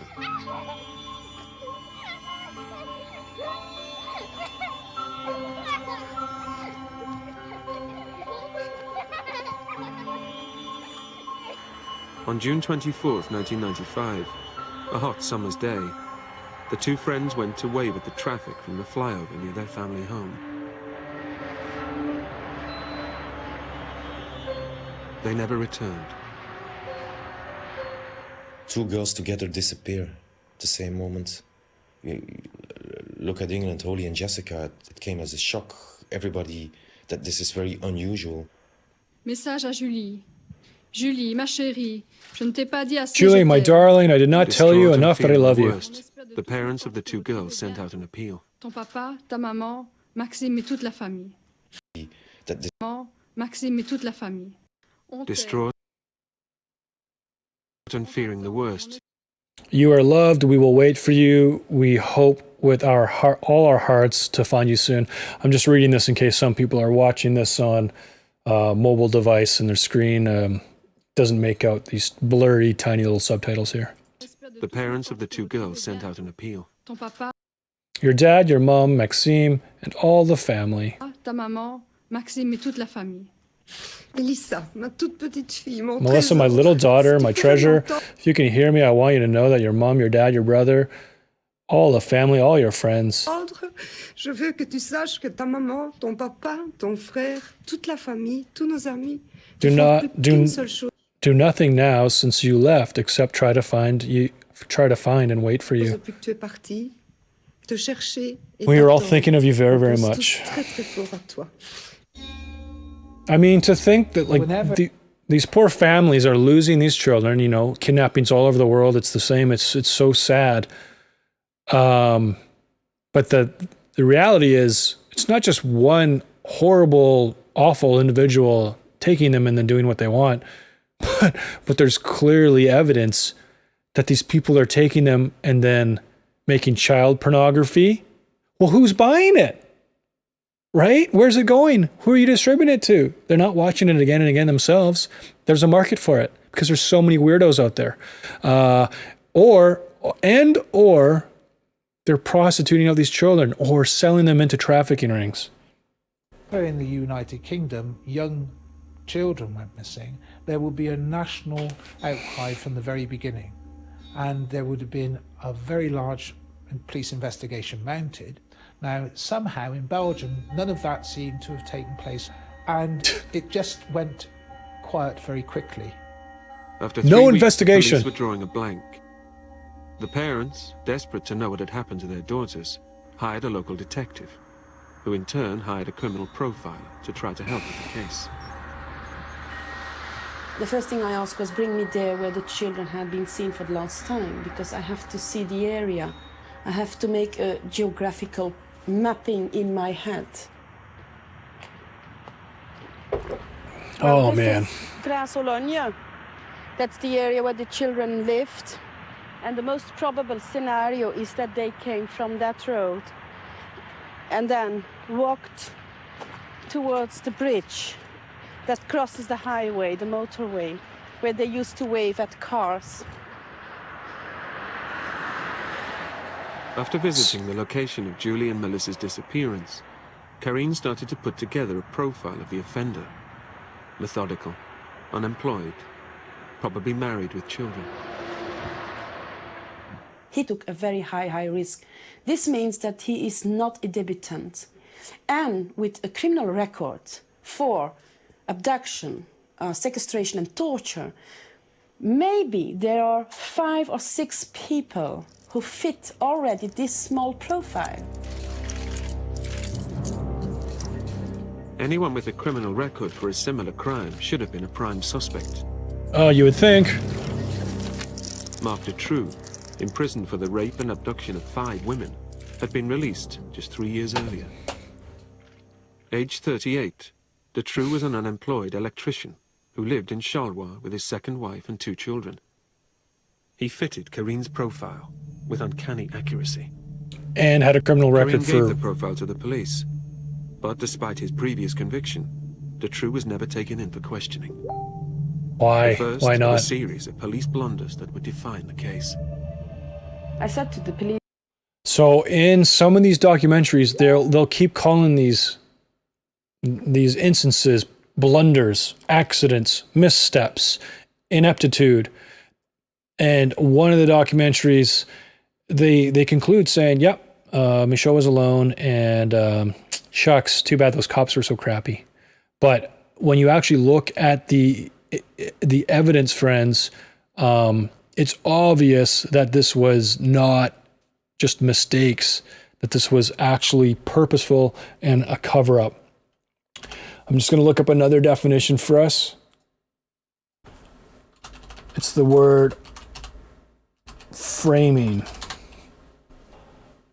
And so one of the definitions is going to be when you build a house and you frame a house. Where do we have a frame?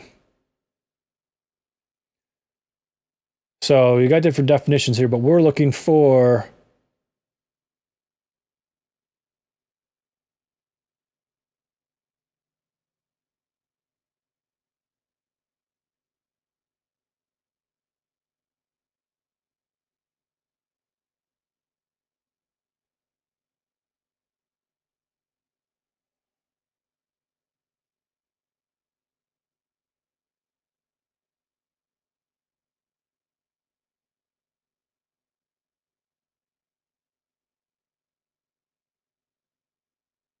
an event that forms the background for the action of a novel or play. I think that's probably our best definition, but it's when you're telling a story, you frame it a certain way, and you do that. You can, in a documentary, you can do that through your music, your shots from the camera, the way the lines that you deliver in the dialogue, the specific words you use. And so here we've heard him say, it's the first of many blunders. So he's framing this documentary so that the viewer says, "Oh man," and you can actually read the YouTube comments and they're like, "I can't believe the cops made so many mistakes." Because they weren't critically actually watching and thinking about what was actually happening in the show. They were being programmed and conditioned by the show and how it was framed to end with a conclusion, rather than look at what was being told and logically, rationally mull it around in their mind and consider it. Because when you look at the evidence, yeah, sure, there was probably some cops that were dumb, but it's clear that this was a cover-up. You have to capture him very, very soon, because he's going to relapse, he's going to do it again. But they just did not listen. 5 weeks later, in the opposite end of the country, teenagers Anne Marchal and Effia Lambrecht took a holiday with a group of friends in the seaside resort of Blankenberg in the north of Belgium. So they're up in the top right corner. We had some discussion about it because I didn't want her to go alone without parents. She was 17. And my wife, Betty, she said, let her go. She will be 18 in a few months. And so, yes, they were right. You have to let your children go, certainly for a holiday with friends. One night during the holiday, Anne and Effia went to a hypnotist show.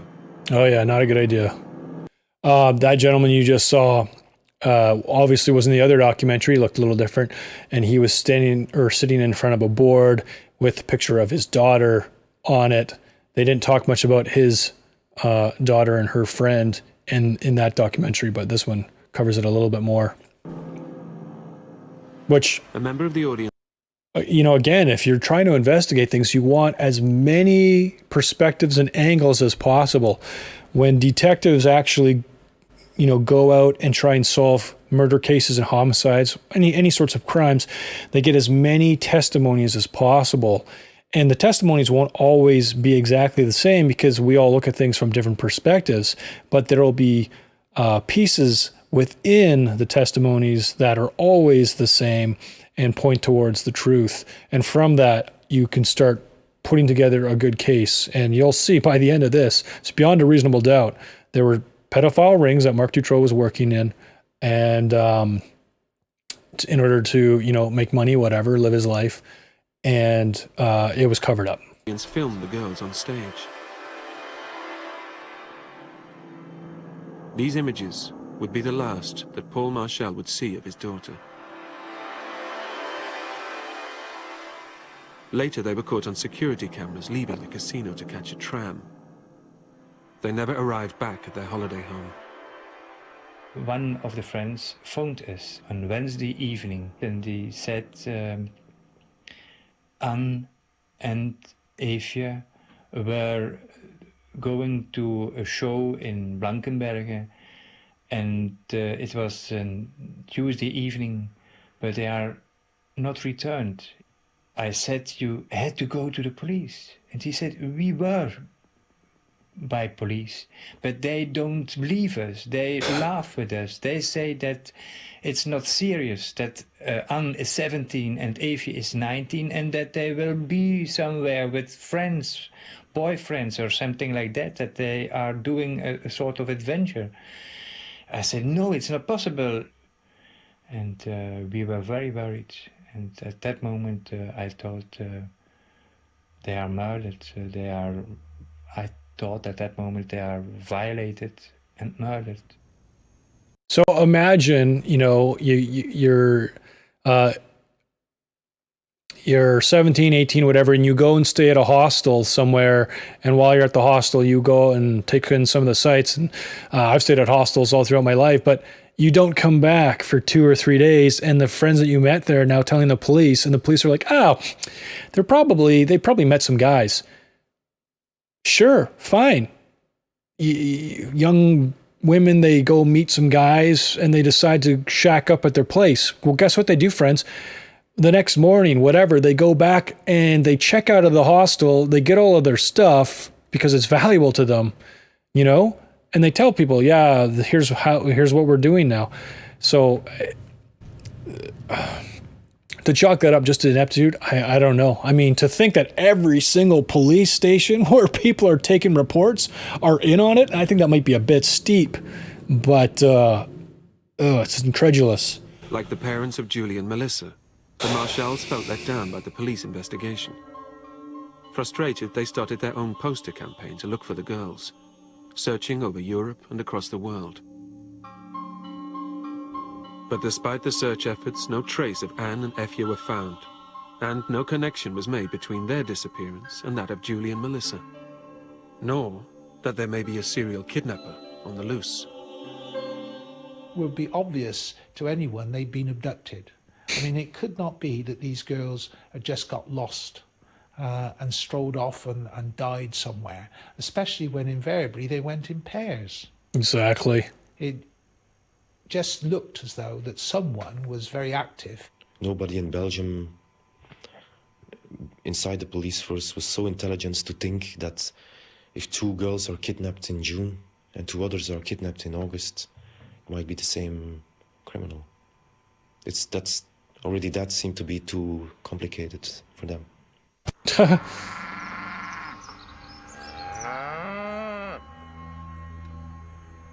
August 1995, Belgium.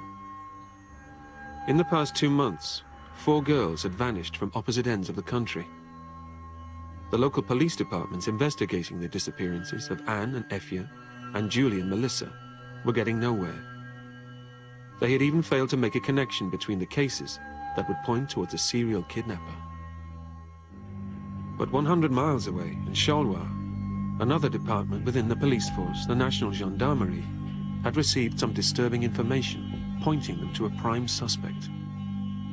3 weeks after Anne and Effie's disappearance, a letter had arrived from a woman saying that she had seen 2 teenage girls being held in her son's house. The letter was signed Janine Lawrence, the mother of Marc Dutroux. Like, what? She Okay, wrote so a how... letter to the police to say that she knew that 2 girls are kept by Dutroux in house. 2 girls of 16 and 18, she said. Anne was 17, Evie 19. Police didn't do anything about it. Division in the Belgian police force into local police and national gendarmerie bred a mutual distrust and dislike between the 2 departments. In fact, for the last 2 years, the gendarmes in Charleroi had been collating a confidential file with other evidence pointing to Marc Dutroux as a suspect. But they made no effort to share this information, or the contents of Janine Lauren's letter with the local police, who were investigating the disappearance of the missing girls. Everybody knew that they were in some kind of competition. And if you have a competition in sports, that means one team wants to make a goal and the other wants to make a goal too. What we see here is that there is a competition between 2 police forces. One of it is la gendarmerie. In 1993, the Charleroi Gendarmerie had been contacted by one of Marc Dutroux's tenants, Claude Thibault, who said he had some disturbing information about his landlord. I first met him in 1992. We were in the car. There were 2 girls walking along. I think they'd been drinking. One of them was staggering. And he parked the car at the side of the road and then he suggested kidnapping the 2 girls. You had to creep up behind them, put your hand over their mouth and put them into the car. Close the door, the child lock was on so they couldn't get out, and if need be, knock them out. But I refused point blank. I said to Marc Dutroux, "You're mad, I'm not doing that." He took me straight home, and I went straight to the gendarmerie within the hour. Well, good. Now they're going to do something, right? The gendarmes persuaded Thibault to become their informant. Okay, thank goodness. Over the next 2 years, he reported that Dutroux was planning to kidnap girls to sell them into a prostitute network. 2 years, and they still weren't doing anything about this guy. When he was out in his car or van or whatever, when he saw any little girls, he used to say, "Oh, they're young and fresh. That would sell well." But the police knew this. They knew everything. 3 other informants also came forward, confirming Thibault's testimony. But 3. remarkably, in the summer of 1995, when young girls started to vanish, the gendarmes didn't take Dutroux in for questioning. Like, by this point, there's like... that would have tragic consequences. There's like 5 or 6 witnesses that have said this guy is doing this stuff. You've got to go get him.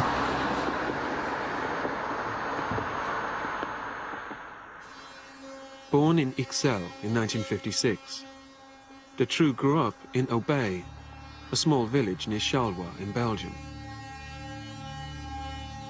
The oldest son of Janine and Victor Dutroux, who had a reputation for harsh treatment of their 5 children. There have been interventions of the local police several times in that house, in that family.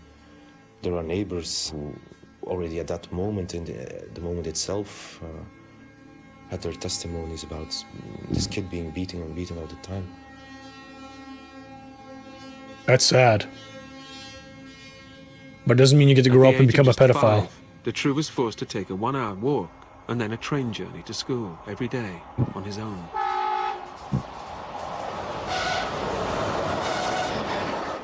He's raised as with only negative feelings, no emotion. In fact, the only message he gets from his parents is, "We never wanted you, or go to hell." That's you're worthless. That's the idea in which he starts life as a teenager. What might be more interesting to me is that the first real affection Marc Dutroux has experienced is when, at the age of 15, he goes to school in Charleroi and he meets an old pedophile there.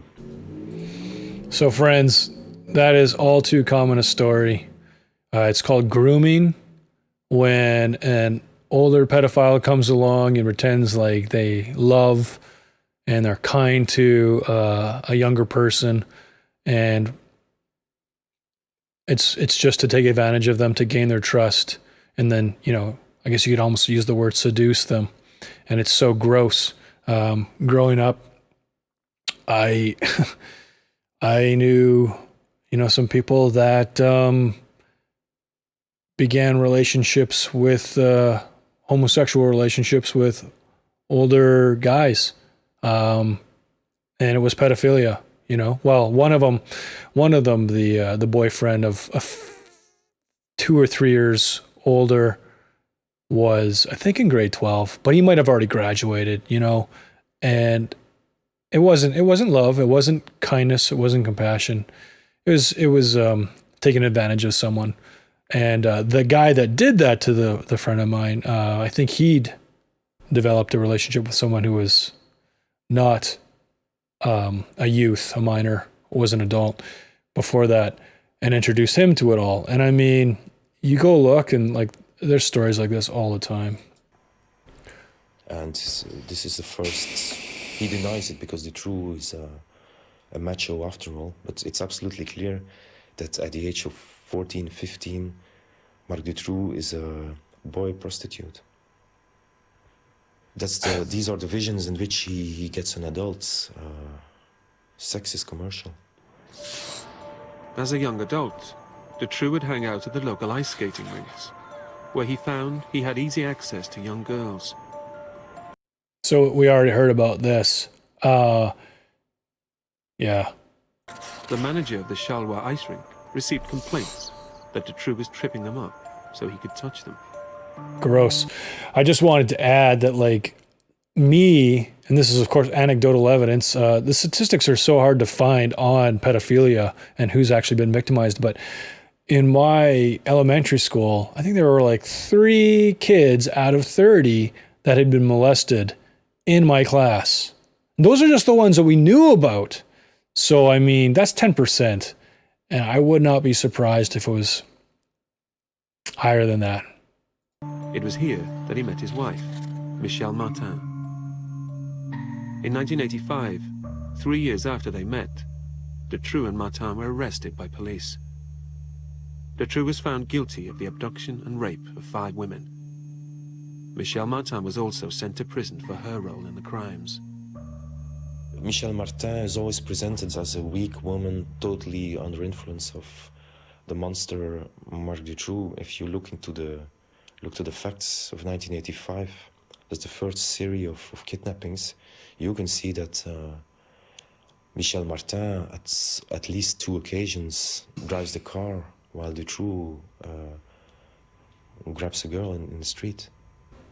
It's she who goes to the shop to rent the camera, to produce pedophile material, while Dutroux is raping the girl.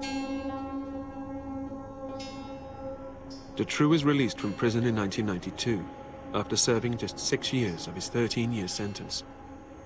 Immediately, he started on an elaborate plan that would enable him to continue kidnapping young girls, but this time without being caught. He began constructing an underground cell in the basement of one of his houses, in Marchienne d'Auchery. Informant Claude Thiraud tipped off the gendarmes. When they visited Dutroux and questioned him, he told them that he was simply renovating his basement. Dutroux abandoned Marchienne d'Auchery and began to build another cell, this time beneath his main home in Marcinelle.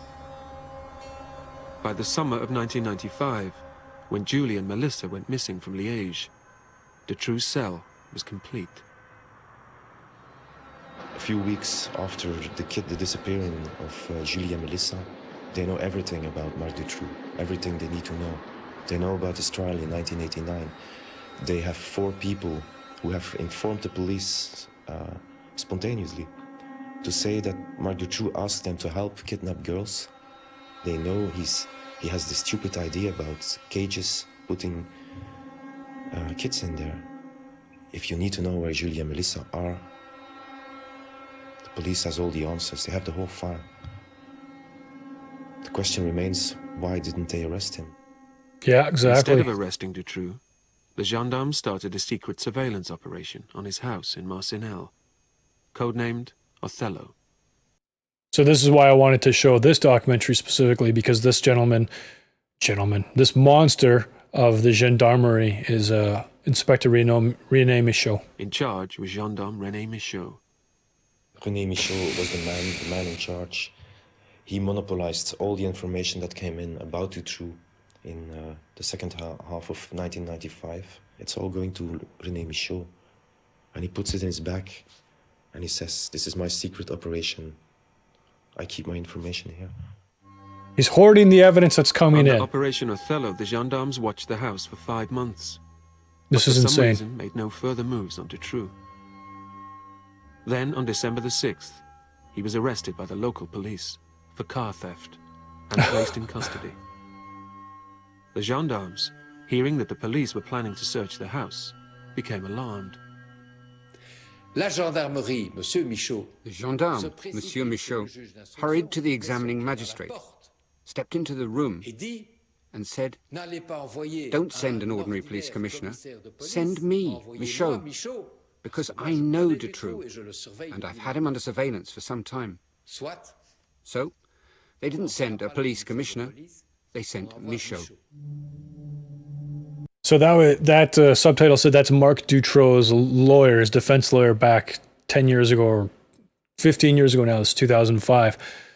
So Marc Dutroux came out and said, "Yeah, well, I'm not alone in this. I'm part of a pedophile network, but I don't know if he divulged any real specifics. I don't think he did, perhaps for fear of being killed." And this is the defense lawyer going along with that story saying, this is what my client has told me, and here's why it makes sense. And you'll see in another documentary, if you watch it, they're like, yeah, there's no, you'll see that what we're about to watch with René Michaud, they play it down so much like it's nothing, because they obviously, that documentary concludes, again, yeah, no pedophile network, Dutroux acted alone, there's no conspiracy, case closed. And they do such a good job making it look like, oh yeah, we're giving you all this gritty evidence. But if you're being discerning and watching, you can see what they're doing, so that by the end of the show, everyone goes away feeling satisfied that we got our man. And you read it in the comments. People are like, "Oh my gosh, I can't believe it took the police so long to get him." But yeah, you're going to see René Michaud. It's not good. René Michaud and a team of gendarmes searched the house.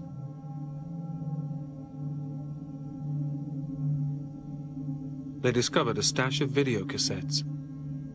Michaud later watches them and determines that 2 of the cassettes are of no use to their investigation. Another document. Michaud put some kind of symbol on it, and it meant not important, don't look at it. These were the 2 most crucial cassettes. Another documentary says there were actually 3 cassettes. 4 years later, the 2 videos would be discovered and watched by another police department. One of them showed Marc Dutroux constructing a ventilation system to his underground cell. That's The important. other one showed Dutroux raping a girl on a trip to Slovakia.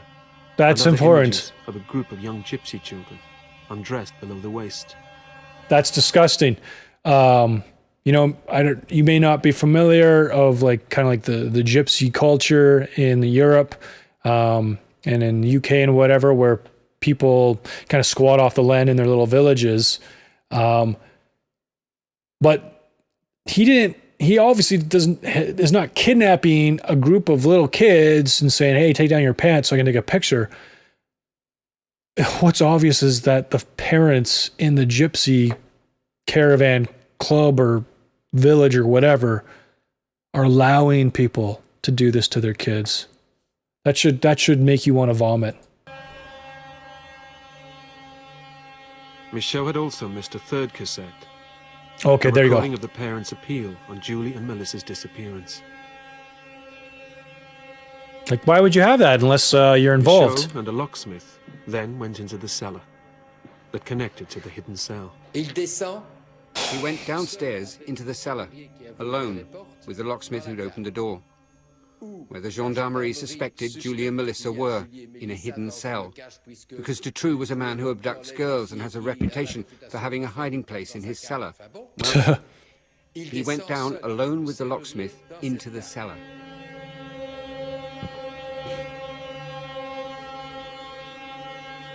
In the cellar, they discovered chains, vaginal cream, a gynecological speculum.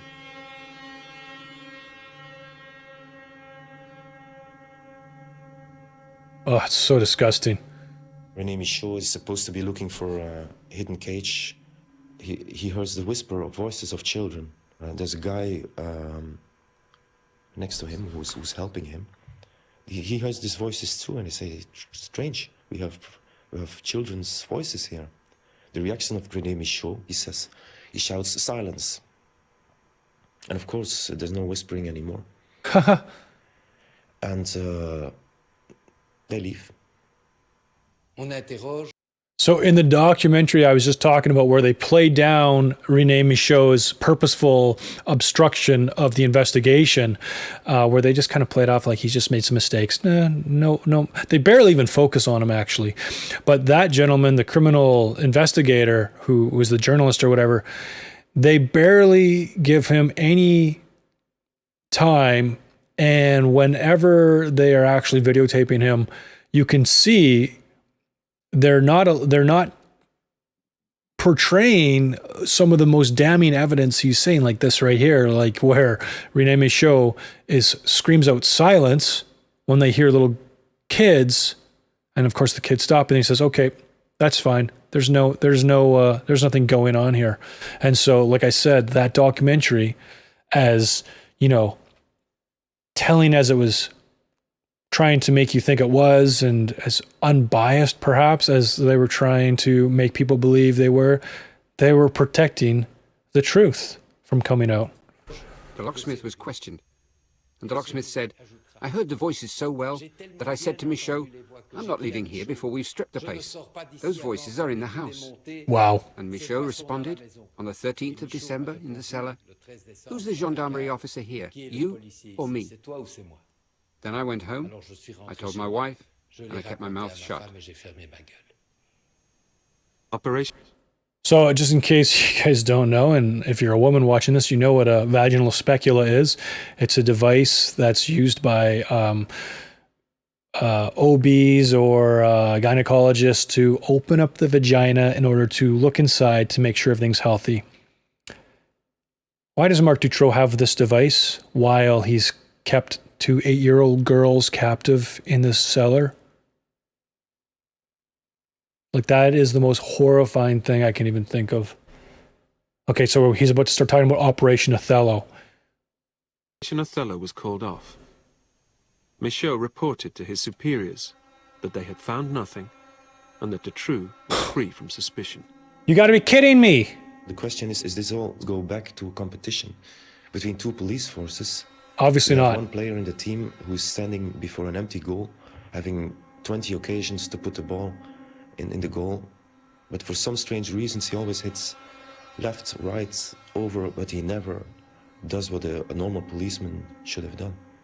So what he's saying is part of the ineptitude, part of the mistakes that were being made was because you had the National Police Service and the local police services in competitions together, okay? That's the argument that's been put out there, like, oh, the reason it got bungled so much is because they weren't sharing evidence and whatnot. We know that's not true, because if they were really in competition, now was the perfect time for the gendarmerie with René Michaud, the inspector you see now, to say, aha, we've got the evidence. Let's do something about this. But, you know, telling the locksmith we're not going to look anymore, even though they're right there and they can unlock this door or whatever, and ignoring all the witnesses they've had and everything else, it's just it's it's inarguable that this fellow himself definitely was involved in trying to protect the elite from being caught for their pedophilia. And he's probably well paid for it and well rewarded for it. In another documentary, it says that this guy grieved on his deathbed that he just wished he could have caught Dutroux earlier or whatever. Bull crap. And again, that's that documentary trying to change the narrative so that everyone just forgets about the pedophile network in Belgium, because such things could never exist. René Michaud would later say that he believed the children's voices had been coming from the street outside. In fact, they belonged to Julie and Melissa. 8-year-olds. The 8-year-olds. Oh, I hope you're as angry as I am. Like, March 1996. Marc Dutroux is freed from prison, having served 4 months for car theft. He is also freed from suspicion of kidnapping 4 girls the previous summer, as the gendarmerie had called off their secret surveillance of his house in Marcinelle, Operation Othello. They called off the surveillance of this guy's house. Dutroux in prison must have been saying to himself, the gendarmerie, they really are good, because he knew through his wife that the house had been searched, and he knew through his wife that Michaud had gone into the cellar, and he knew through his wife that Michaud had come back up without having seen anything. Rien vu?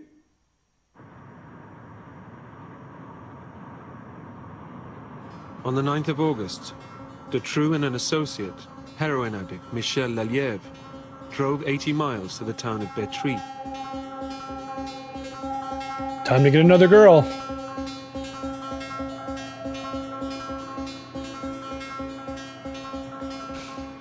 In search of young girls, they hung around the local swimming pool. 14-year-old Laetitia Delhez appeared.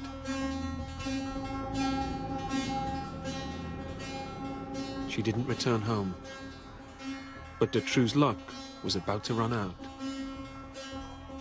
When Laetitia disappears, it happens in Neuchâtel, a very small district, where you had a terrific judge, juge d'instruction, Jean-Marc Conrot. You have a public attorney, Michel Bourlet, who's very touched emotionally about what he saw on television about these parents. This is a guy who believes in law and believes in the system. When the phone call comes, a girl has disappeared. This is like a war situation in Neuchâtel. Our goal is to move quickly, to gather as much evidence as possible so we can find the person alive. Because it's only when our investigation is well underway that we can know whether it's a kidnapping, a disappearance, an abduction. Within 3 days, the investigators had found a witness who had seen a suspicious white van in the area, and another who could recall part of its number plate. It was a routine for the police to put this combination in the computer. They see Marc Dutroux convicted for kidnapping 5 girls in 1989. That's how they have found Marc Dutroux. Finally! Dutroux was arrested for the kidnap of Laetitia. Also arrested were Michel Martin and Michel Lelièvre. But it would be another 3 days of interrogation before the police knew what they were dealing with. Dutroux and Lelièvre were being held and questioned, and Lelièvre was in need of a fix, and Lelièvre at some point cracked, and it all came out.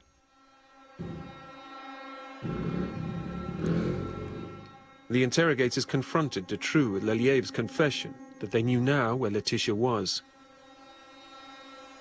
But Dutroux delivered an even bigger surprise.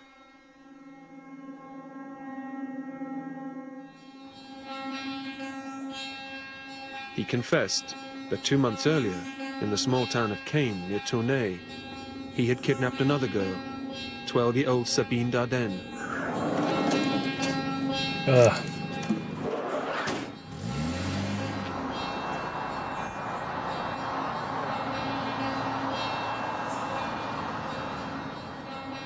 He and Lelièvre had driven her back to the house in Marcinelle, where she was smuggled inside in a trunk and then held captive in the underground cell.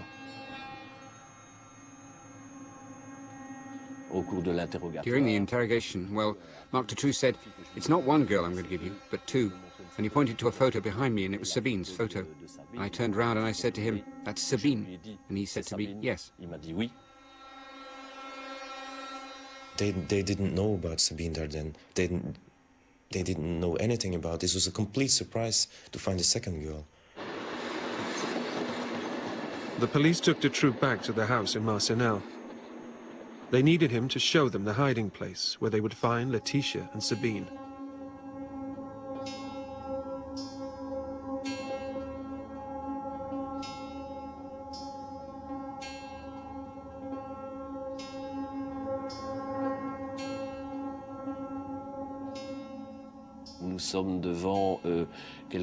We were faced with something unbelievable. It's the first time I can remember discovering anything like that. So, for a police officer, freeing two girls is something... There are no words to describe it. C'est indescriptible.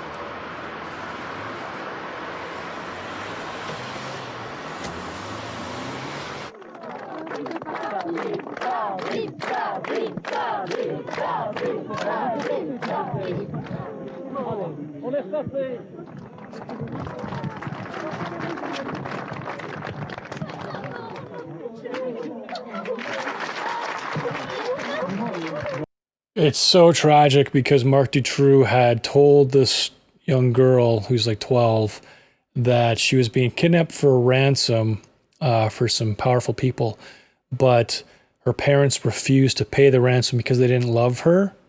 And so he said because of that, the gang he was a part of wanted to kill her, but he decided he would save her and protect her and take care of her and feed her and let her live in his basement in this cell chained to the wall.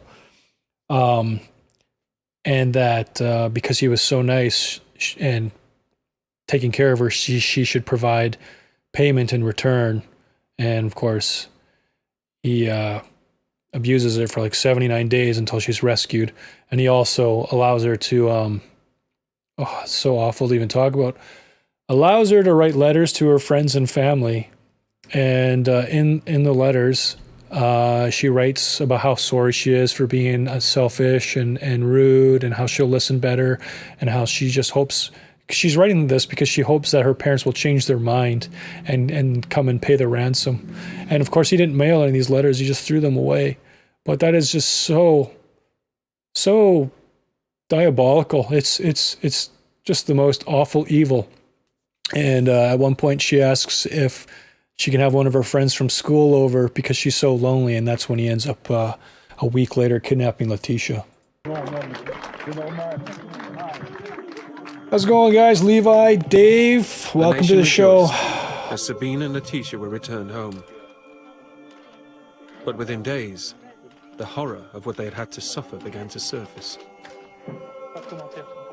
Details of the basement cell where they'd been held prisoner were revealed to the outside world.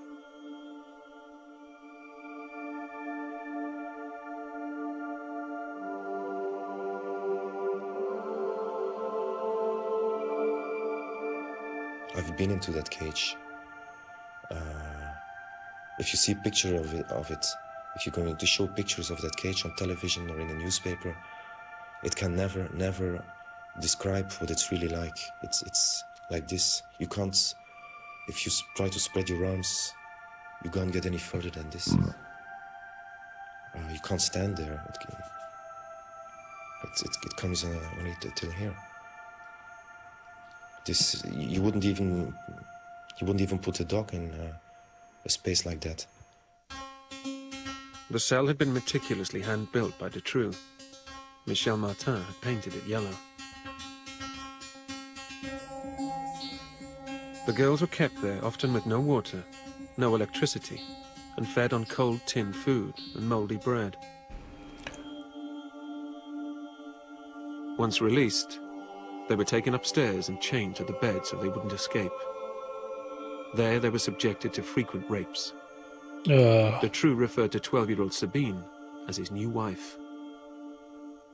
He had brainwashed his young victims, telling them that he was the nicest member of the gang, who was protecting them from the more evil members who would kill them if they escaped. So what happens when the police finally opens that cage? Sabine and Letizia come out, but the first man who's there in front of them is Marc Dutroux. He's proud to show the police his construction, how good it was hidden. And he's very proud when he sees that Sabine, neither Letizia, dare to come out. They're still there in the corner. They're afraid. They think that the evil guys are there. And Dutroux has to talk to them and say, no, come out, it's okay. And they both kiss him and say thank you.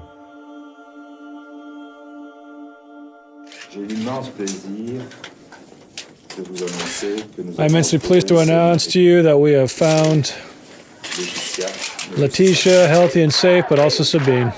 The release of Sabine and Letitia had extra resonance for the parents of Anne, Effie, Julie and Melissa. Oh.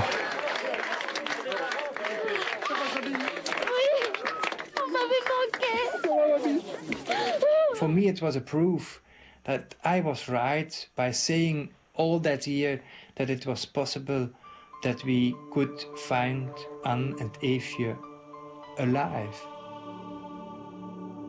I always looked for living persons, and I'm happy that I looked for living persons, because it's a different when you look for living persons.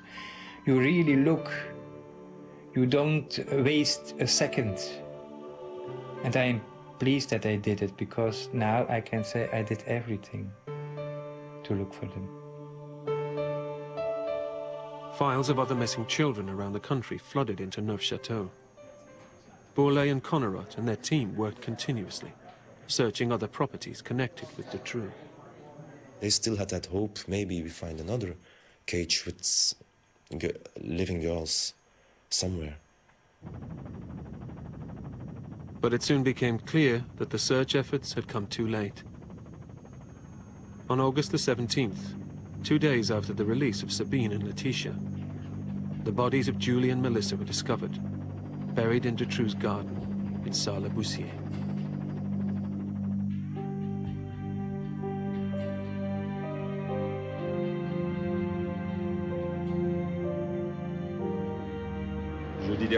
Last Thursday it was euphoria, today it is horror.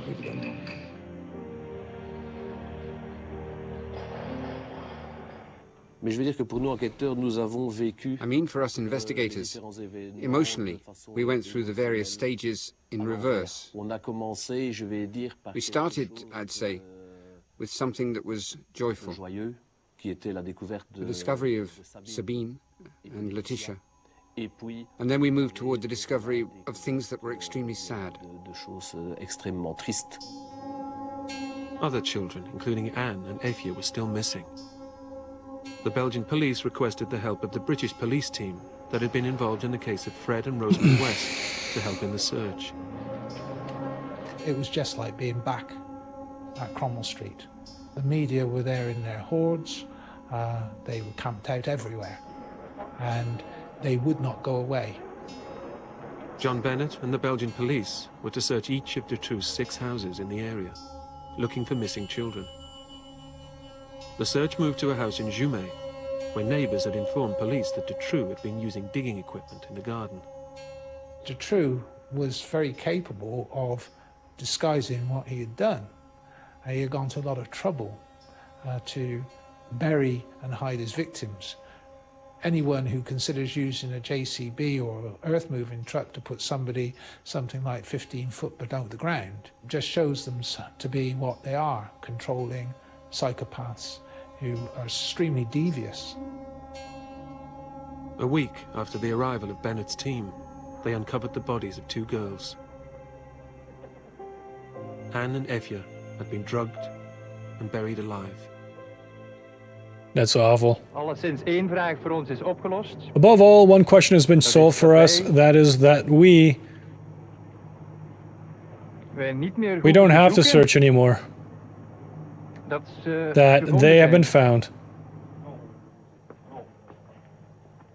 Wow, man.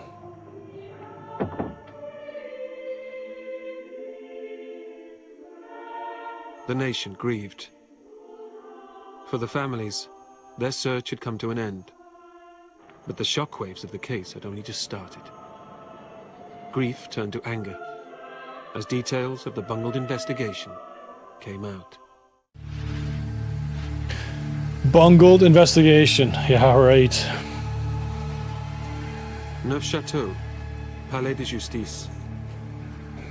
Here in 1996, Marc Dutroux was charged with the kidnap, rape and murder of 4 young girls and the kidnap and rape of 2 others. While the nation recoiled in horror, rumors spoke of conspiracy and corruption reaching to the highest levels of government as details of the bungled police investigation began to surface. This was in the period that the public opinion discovered Operation Othello, discovered all the things that had gone wrong before the arrest of Dutroux. So their reaction is, there must be somewhere a conspiracy, there must be something, this is unbelievable. The Neufchâteau authorities instigated a broad and vigorous investigation into a suspected paedophile network, arresting 29 people. 29 people got arrested. Police, gendarmes, prominent businessmen. But it appeared 29 to some people. that they had dug too deep. Connerot, the investigating magistrate, was sacked.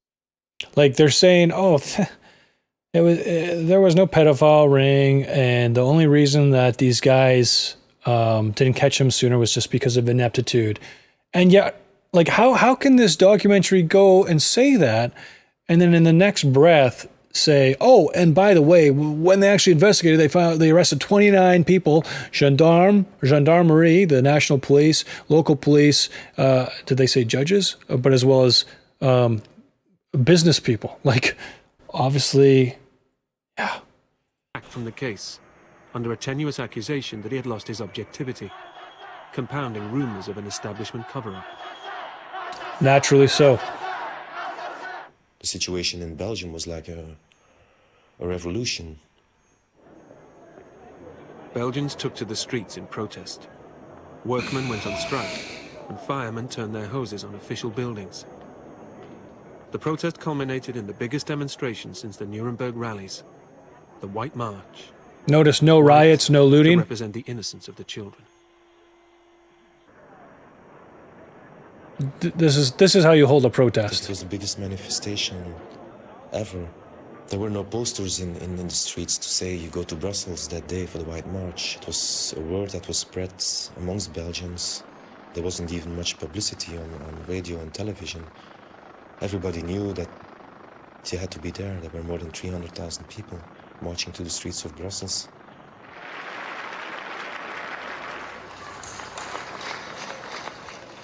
Un grand merci à tous d'être venus si nombreux. Merci. Merci aussi à tout le monde d'être venu. Someone wrote a letter and put it on the grave of Anne the day after the White March. And he wrote and he said, Anne, it was a good day yesterday. And we saw your father for the first time again laughing. And that's the truth. It was that feeling. The people had united in their thousands against a Belgium they felt was rotten to the core. 300,000. The protests were too great to be ignored. In an attempt to appease them, a parliamentary committee was set up to examine the police investigation and the secretive Operation Othello. It concluded that the structure of the police system needed to be reformed. While they had found no evidence of corruption, Dutroux had profited from their incompetence. Yeah, right. That's what they always do. they say, "Oh gosh, we just gotta fix things, make things better," and in order to distract you from the real problem, which is the corruption. To me, the crucial sentence in the final report of the Parliamentary Commission was, there are so many errors, so many mistakes during this investigation that it can't be explained only by mistake. Exactly. There must be more. Exactly. The court case finally got underway in 2004, 8 years after Dutroux' capture, in the new Palais de Justice at Arlon. 500 witnesses were called to testify. Dutroux, the most hated man in Belgium, along with Michel Martin and Michel Lelièvre, was present in court, protected behind bulletproof glass. The victims Sabine and Laetitia were also present to testify against them. I can assure you that all of these people have frightening personalities. Laetitia was afraid of the way they looked at her. She was afraid of their mocking attitudes. They often taunted us in a sadistic way, by looking the victims in the eye, by looking at us, by threatening us. For 4 months, the court was drip-fed with the horror of what had happened to the girls and the confusion of the case. Dutroux maintained that he was merely part of a bigger paedophile network and denied the kidnap and murder of Julie and Melissa.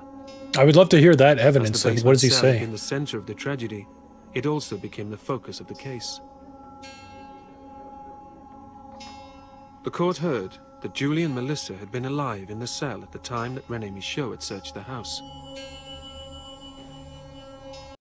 So that's why, while he was in jail for 4 months for stealing a vehicle, and that's why they were able to hear the sound of the locksmith and René Michaud were able to hear the sound of children in the cellar. With Dutroux in custody for car theft, they had been left for 4 months with no electricity or heating. Michel Martin, visiting the house to feed her dogs, claimed that she'd been too afraid to go into the cell, so she'd pushed bags of food through the cell door. Julie and Melissa, unable to reach it, had starved to death. We had to go see the dungeon, so we all went to see the dungeon. But we already know from the last documentary we watched that those poor little girls, 8 years old, when the autopsies were done, it was discovered one of them was being sexually abused within the 2 weeks, or sorry, up to 2 weeks before she had died. It's absurd to understand how human beings could live in there. It's despicable. The feeling I had and the image I have of this dungeon, I think one of the most moving moments was when I saw one of the parents, Julie's father, Jean-Denis Lejeune, and Laetitia, arm in arm in this dungeon, crying because they had seen a little inscription that one of the young victims had made, using her nails. She still had something to say before she died. I think she wrote her See name. the looks on their faces, Jean-Denis Lejeune and Laetitia, in that dungeon. It's clear that all you could do was cry. After 4 months, Dutroux was found guilty of the kidnap and rape of the 6 girls and the murder of Anne and Effia. He received life imprisonment. Michel Martin received 30 years, and Lelièvre 25 years. But the trial had raised more questions than it had answered. 30 witnesses had died in mysterious circumstances in the run-up to the trial. 30 DNA tests and witnesses. hair samples had gone missing or hadn't been performed. Operation What? Othello, conspiracy theories and paedophile networks had been swept aside in order to stick fast to the theory that Dutroux was an isolated predator. The biggest tragedy is that when Dutroux was arrested and we found out how much went wrong in the past, we had all these politicians saying we're going to improve things, this never can happen again. And we ended with a trial with 50% of the questions unanswered. I can make just a remark that these questions are unanswered. But if I would be one of these parents, I don't know how to continue my life. No doubt. 2005 marked the 10th anniversary of the girl's disappearance. And Belgium has not forgotten. I'm not afraid that we will forget Dutroux. I don't think so. I am afraid that they forget that Dutroux was not alone. Exactly. I am afraid that people will forget that there was also Martin. Martin was a teacher. His wife. But she didn't give little children something to eat, to survive. No, she didn't. I don't think, I'm sure that no one will forget Dutroux. But I'm frightened that they will forget that it's more than Dutroux. That there were more persons, that there is Michel Lièvre, that there is Martin, and perhaps others. Perhaps others. Perhaps.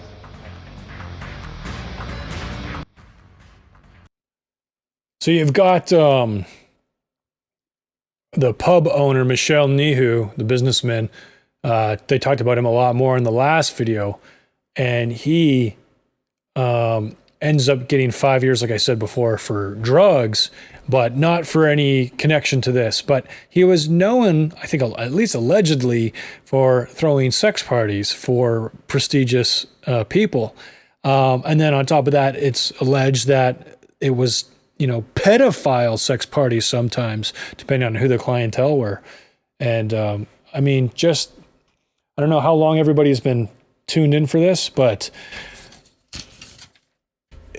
the evidence is overwhelming when you actually put it together, and it's hard when you're watching, a couple different documentaries. It's kind of jumbled, but like I watched these and I actually took notes, everything once upon a time, and I wrote about it in the free ebook that I've put out there.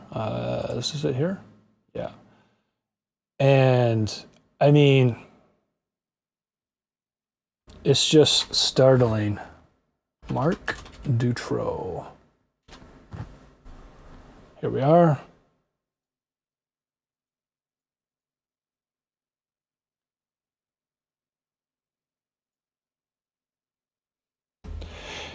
Once someone begins to dig deep and research the occult and Satanism, they will undoubtedly stumble upon the despicable realities of kidnapping and child trafficking for the purposes of pedophilia rings and child sacrifices. It's real, it's prevalent, and it's hardly even under our noses. In Belgium in the late 80s, a man named Marc Dutroux was arrested for the sexual abuse of 5 young girls. Sentenced to only 13 years, he'd been let out in 3 for good behavior. Some of the documentaries I'd read did say 3, but it is either 5 or 6, apparently. This known child sex offender would go on to kidnap and confine more girls within cells he would construct in different rundown properties he owned. But where did the finances come for this unemployed father of a family to purchase 6 homes? Another documentary says it was actually 7 properties. It would be alleged that he'd get the money from stealing and trafficking automobiles with the mafia. One of the documentaries says, as well as fraud. Yet it would seem more likely that his desire to sell kidnapped girls to the mafia for child pedophile networks was where his funding came from, and potentially why he went so long without being apprehended. So we did see in one of the documentaries tonight that he had said, yeah, I want to kidnap girls to sell them. You see, my dear friend, his own mother would write the police to tell them he was holding 2 teenage girls in his house against their will. Nothing would happen. Multiple witnesses would come forth telling them this ex-con was again kidnapping and assaulting girls. Nothing would be done. When the police finally acted, they would set up surveillance cameras to watch his home. Here's Operation Othello, only to program them to turn off during the evenings, which is primarily when Dutroux did his work. So you watch all the documentaries, you'll learn that they had the cameras that they put in a railway car across the street to the front of his house. They were on from, I believe it was 8 a.m. until 6 p.m. at night. You got kids coming out after dinner to go play until like 8 o'clock, 9 o'clock. That's 3 hours where you could be kidnapping, let alone the whole night. Why would they do that? except that they wanted to keep him able to go out and do what he was doing. Federal investigator Rene Michaud would monopolize all of the evidence that would be gathered, yet not act on any of it, nor let anyone else view it. At one point, they would search one of the properties and confiscate a dozen videotapes. Michaud would be the first to view them and deem 3 of them of no importance. Yet 4 years later, other investigators would view those tapes. 2 would be of Dutroux constructing the ventilation systems for his hidden cells. The other would be of him involved in a pedophilic sex while on vacation to an Eastern European country. How were those not important to the investigation? Why weren't they shared by Michaud? So again, friends, the narrative is he worked alone and police made mistakes.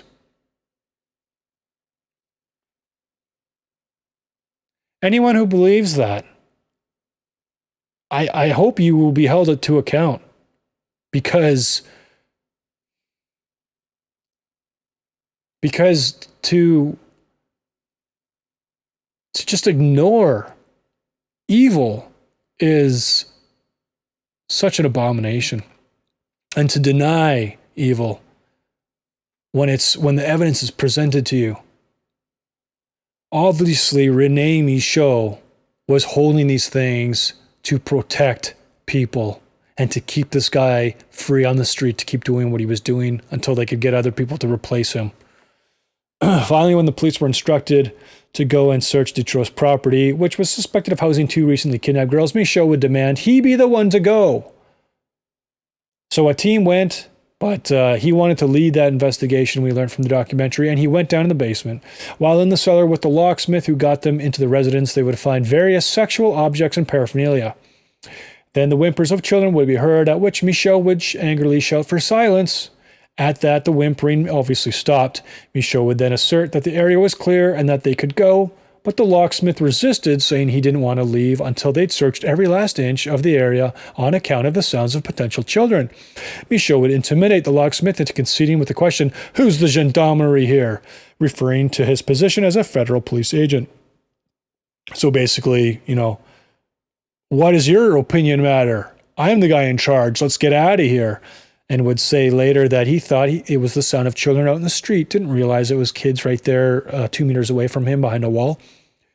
When 2 of the captive girls were finally freed and Dutroux was charged and incarcerated, an inquiry began to determine why he hadn't been caught much earlier. At one point, he'd even be jailed for 4 months for car theft. Why he was let out so early should be obvious to you by now. During that time, 2 8-year-old girls he'd imprisoned in another property had somehow nearly survived by his testimony without food, water, electricity, or heat for that entire time, one passing away shortly before his return and the other briefly after. Yet the autopsy would reveal that the deceased child had been raped repeatedly 2 weeks prior to his release. So his wife's going down and dropping off food. Is it close enough for them to get at? Apparently not. I would say probably. I don't know. But she's probably also letting people into the house, or other people just knew about it so they could go down and abuse these kids. And maybe she was facilitating this in order to make money. Clearly, someone had not only been feeding them while Dutroux was still in prison, but also assaulting them. Yet the investigators would insist Dutroux had acted alone and that there was no evidence to the contrary. All the while, the crackdown on the system following Dutroux's final arrest would lead to charges against some 29 individuals involved in a pedophile network, some being police members as well as politicians. Suddenly, the magistrate in charge of that investigation was hauled off the case and replaced by a far less experienced magistrate who would produce no further arrests and consider the investigation over before it had produced any more members from the network. An inquiry into the obvious bungling of Dutroux's investigation would also begin, yet as soon as it began producing evidence that Dutroux had been protected by the authorities to enable his continuation, the inquiry was shut down. Notably, an accomplice with ties to the mafia and various members in politics who would serve only 5 months in jail for his involvement in Dutroux's kidnappings and murders. Later on, like I said, he ends up getting 5 years. Nihu had been a facilitator of sex parties for various members of the elite. Allegedly, Nihu had hired Dutroux to kidnap girls for his sex network, a network he would use in order to blackmail officials. Lastly, some 20 individuals, so another documentary says 30, all willing to inform the public through the police and through the media that there was far more involved to Dutroux and the pedophile ring, all ended up dead before they could bring forth their testimonies. I mean, It's obvious what's going on here. It all sounds like something of fabrication due to its complete unbelievable idiocy, but it's a very true story, one from which the full truth will never be known of in this time. It can be seen here. This link has since been taken down by YouTube. Boop. I wrote this portion years ago, but I mean, it's just, oh, whoops. Yeah, I guess that's pretty much it. And then for your own, so basically I'm showing this to you, to everybody, friends, so that you understand the sexual pedophile network in Belgium was real. Okay? Like, I don't know if anyone, I know people are watching right now, but I don't know if anyone's going to say anything. I haven't noticed stuff popping up in the chat, but I've also unfortunately had to not watch my OBS because I was looking for comments in the actual original Facebook video live stream, but maybe people were talking. But some of the questions you got to ask yourself, you know, like Regina Loof, the girl who said she was involved in this, and in another documentary says it was her own father and mother basically pimping her out to their elite friends. How did she know about the house? All the details in the house of where the other girl had been killed and how she was killed, you know?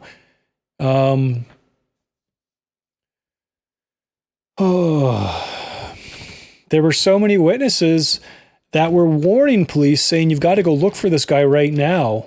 And they wouldn't. Operation Othello, we talked about that, where it was, you know, the cameras were being turned off so he could keep on doing what he was doing. The fact that they sacked Jean-Marc Connerat, who was the investigator who was making so many arrests and chasing down these leads and finding things, and they said, oh, you can't be involved anymore because you went to a charity dinner that the parents were at, even though that had happened, even though people have done that for years, many and many times. Why only in this particular situation is a guy penalized as being unobjective, right? Oh, except to get him off the case. And then they replace him with a younger, inexperienced guy who happily does nothing and uncovers no more leads for 5 years. We've got Jean-Michel Nihoux. He was in phone contact with Marc Dutroux. He'd given him $10,000 worth of drugs. They were seen together the day before one of the kidnappings. I mean, come on.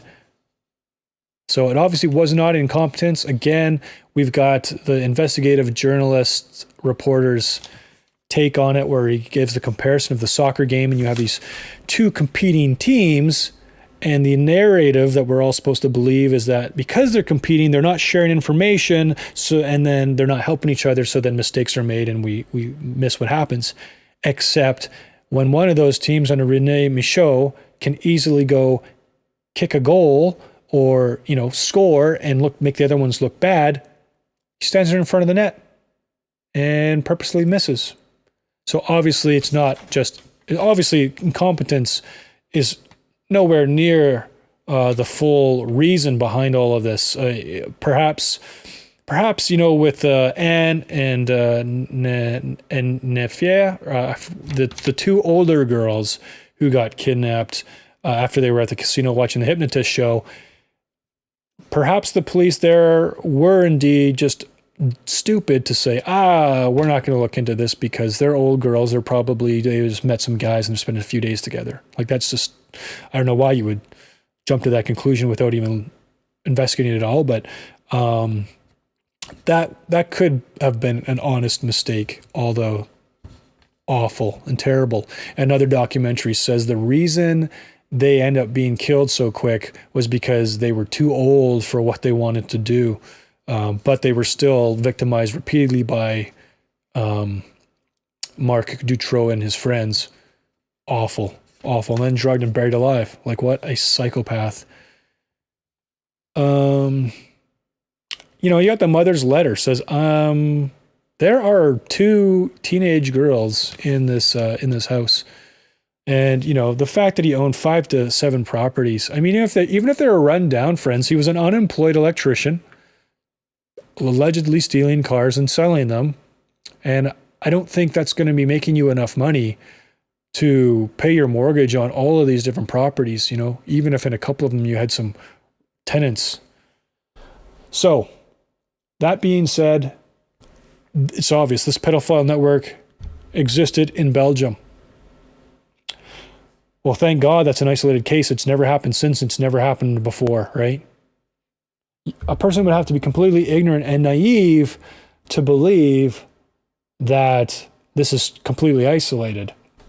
If you start looking into it, pedophile networks are all over the world. We've got recently,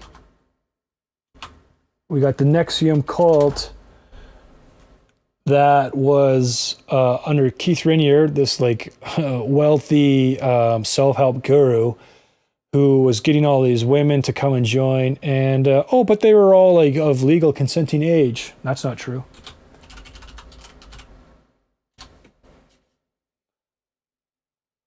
I don't know if I can find anything real quick here, but if you look into it, some of the girls were underage.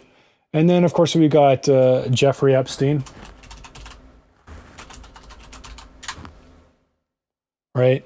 Okay, so he also had a sex ring that he would, the number of elite. Oh, look, oh, good. Of course, they make sure that Donald Trump's up there. But Donald Trump, I think, was around this guy wonce, whereas other people have been around him numerous times.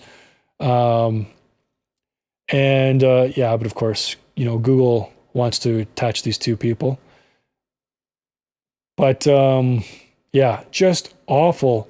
And you look into it, and he was using underage girls. You have the one woman that says that Prince Andrew had been involved with her, and there's a picture of them together. And his defendants say, "Oh no, it's photoshopped. It's not photoshopped." But she was 17 when that was taken.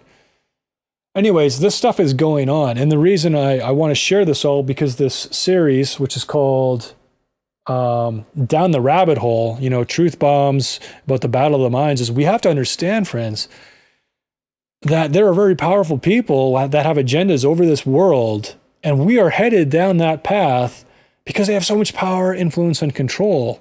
And they aren't like you and me, okay? We all sin. We all have evil in our hearts. We all do wicked things. And I know part of the reason people don't believe this stuff is because they think people are naturally good. Most of us are good. And da-da-da-da-da. And it's unfortunately, it's unfortunately not true. I believe that once too. Let me see. The heart is deceitful above all things. Let's go read this. Oh, great. It's a whole bunch of, thanks. Why is that? Why is that what shows up, The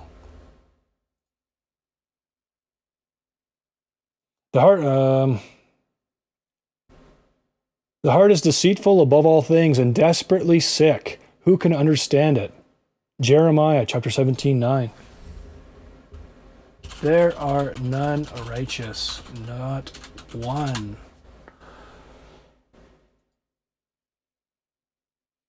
As it is written, none is righteous, no, not one. No one understands, no one seeks after God. All have turned aside, together they have become worthless. No one does good, not even one. So I bring this up to help really show this here. None of us are perfect, okay? We all have sinful hearts.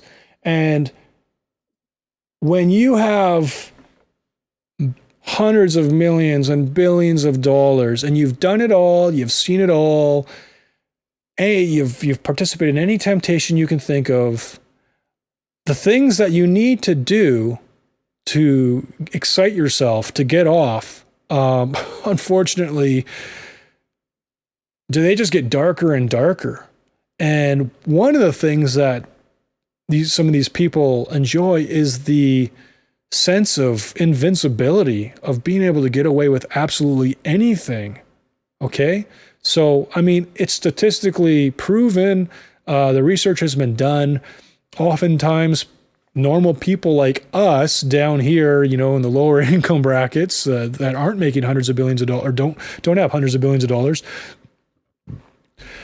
normal people watch pornography and they become more and more desensitized to it, and they have to watch pornography and adult scenes that are just more and more graphic and more abusive in order to stimulate themselves, which is just an awful, disgusting thought. And so if that's true for, your common citizen, well, how far does it go for the person that, for fun can hire a whole bunch of quote unquote VIP escorts for $10,000 a night? And that's, just a normal weekend for them. And it gets boring after 5 or 6 years of doing that. And then where does it go, right? Hence why we have these pedophile networks, these pedophile rings. This isn't conspiracy talk. This is the real deal.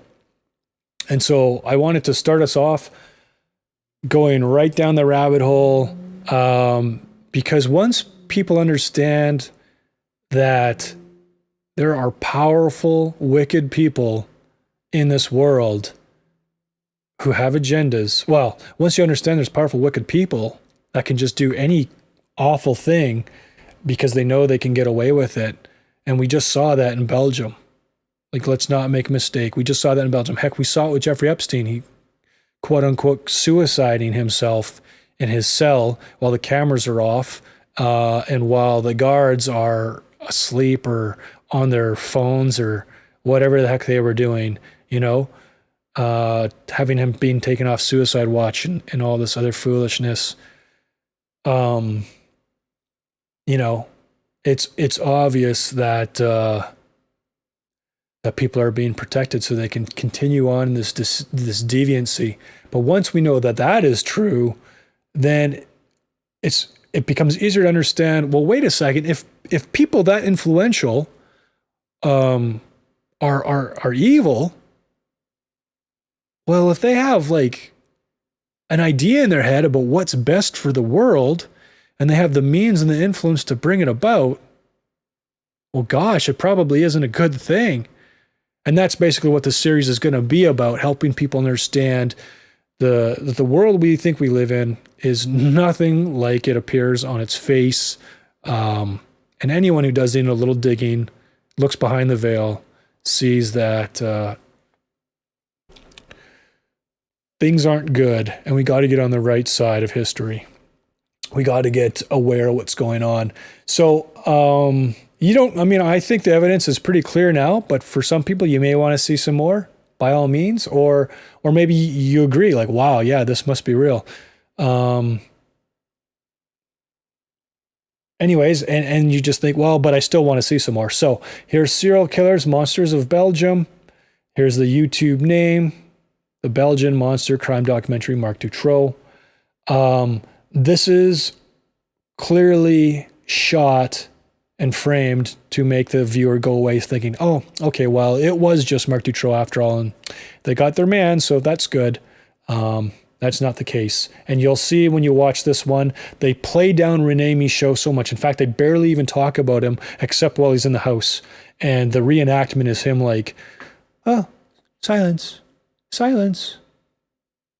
It's nothing. Okay, well, let's go. Whereas we heard from the last documentary that, no, he was adamant and he was very forceful in getting the locksmith to leave and ignore what was going on. And that was by the testimony of the locksmith himself. We didn't see that in the documentary, but the criminal reporter, the younger looking guy with the green shirt and the brown hair, he talks about that. So during his research, he obviously, found out what this interaction was like. And the locksmith apparently returned home, told his wife, and told no one else because he was actually afraid of what happened. Let's see. I just want to make sure no one else is saying anything here. Okay, good. Still got people watching though. So yeah, watch this one just again so you can see what it looks like when you're being fed a narrative, when people are trying to deceive you, pull the wool back over your eyes. You want to know what's going on, friends. Truth is awful. Ignorance is not bliss. It's a lie. All right, here's another one. Great Crimes and Trial, Marc Dutroux. This one's nice. It's higher definition, but it's, again, the evidence, like you're there, but, just chalk it up to police mistakes, that's all. But they give no time to Rudy Hoskins, the investigator who was working in the X-Files. He's barely in it. Like, you'll see when you watch all of them. And now this young guy, you might be looking and going, what is this? So if you're not familiar with it, there are what's called truthers, or people that try and seek out the truth on things. Now, I don't think this guy's a truther. I think he's just got a channel that's all about trying to report on true crimes and stuff like that. But this young guy, I don't know how old he is.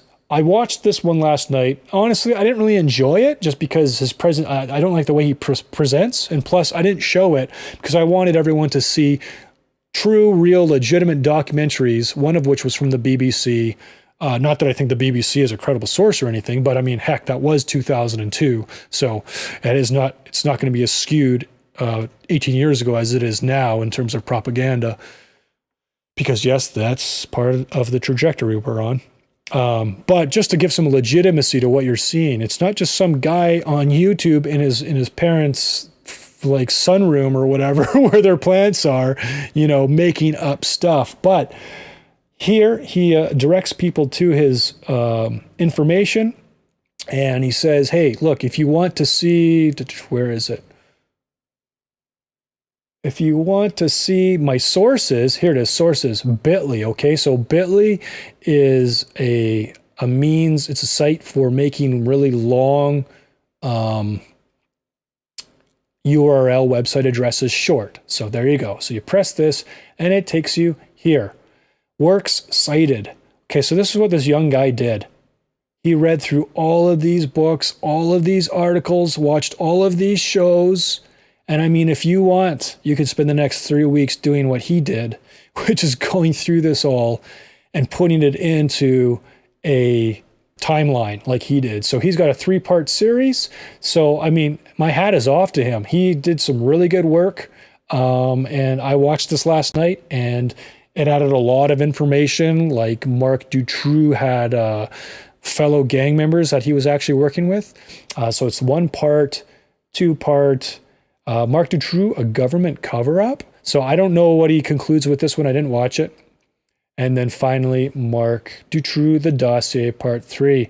I'm probably going to watch these right now, but I'm going to end my stream so everyone can chill out. But next Tuesday night, 7:30 again, same thing. We're going to be watching another documentary. I'm not sure what that one's going to be about, but again, it's going to be working friends to help everyone's eyes be open to the reality that the world we're in is not what we're told it is by mainstream media. And there are horrible things afoot, and we need to get informed. We need to share the truth, and we need to stand up, and peaceably resist. Because if we don't, in 20 years, either everyone will just be completely oppressed under tyranny, or the good people will have to finally stand up and do something. And I don't want that. That's awful. I'm a veteran. Thankfully, I was never involved in combat, but I've seen the after effects of it. And we did lose guys on my tour from IEDs. And I know guys that killed themselves because of the trauma that they experienced going through those IEDs and surviving, but barely surviving. So, and I also, after I left the military, my unit went back on another tour, and 10 guys I knew died, that I knew personally died. That tour saw a lot more guys die, and a lot of guys got injured. So war's not cool. Revolution is not a good idea. It's not necessary if everyone just stands up and gets aware and alert and votes properly and gets involved. But short of that, yeah, I mean, my gosh. So I think that's everything for tonight. Next week, I'm not sure what I'm going to be showing, but I hope you'll tune in again and just be sharing with your friends. Do the investigation yourself, and then be brave, be courageous, don't have fear, and share the truth with people and help them wake up too. And I think I'm going to close with something that you might not be familiar with. It's called prayer. I know it's weird. Feel free to tune out, but I think because this battle is looks physical, but it's primarily spiritual, the only one who can help is God. So I'm going to pray. Heavenly Father, thank you so much, God, for your goodness and your grace and your love for us. I thank you for giving us minds that can work and reason and be rational and look at evidence and come to right conclusions. And Lord, you know more than us that there is a deception in this world and that very evil people want to lead this world down a direction that you, that is against you, honestly, but that you know is going to be wicked. And I just pray, Lord, that you would, well, first and foremost, take care of the surviving victims of Dutroux and the network he was a part of that have been freed. I'm thinking of Sabine and Letitia, Lord Jesus. I pray that they would know you and have eternal life and know and experience the freedom, the peace, the joy, the comfort, and the goodness and love of God through you. And I pray for everyone watching that they would be blessed. And I pray, Lord, that the truth would be known and that we would just make the right decisions going forward before your triumphal return. In Jesus' name, amen. All right, everyone, God bless you. Have a good night. Hopefully I'll see you next week.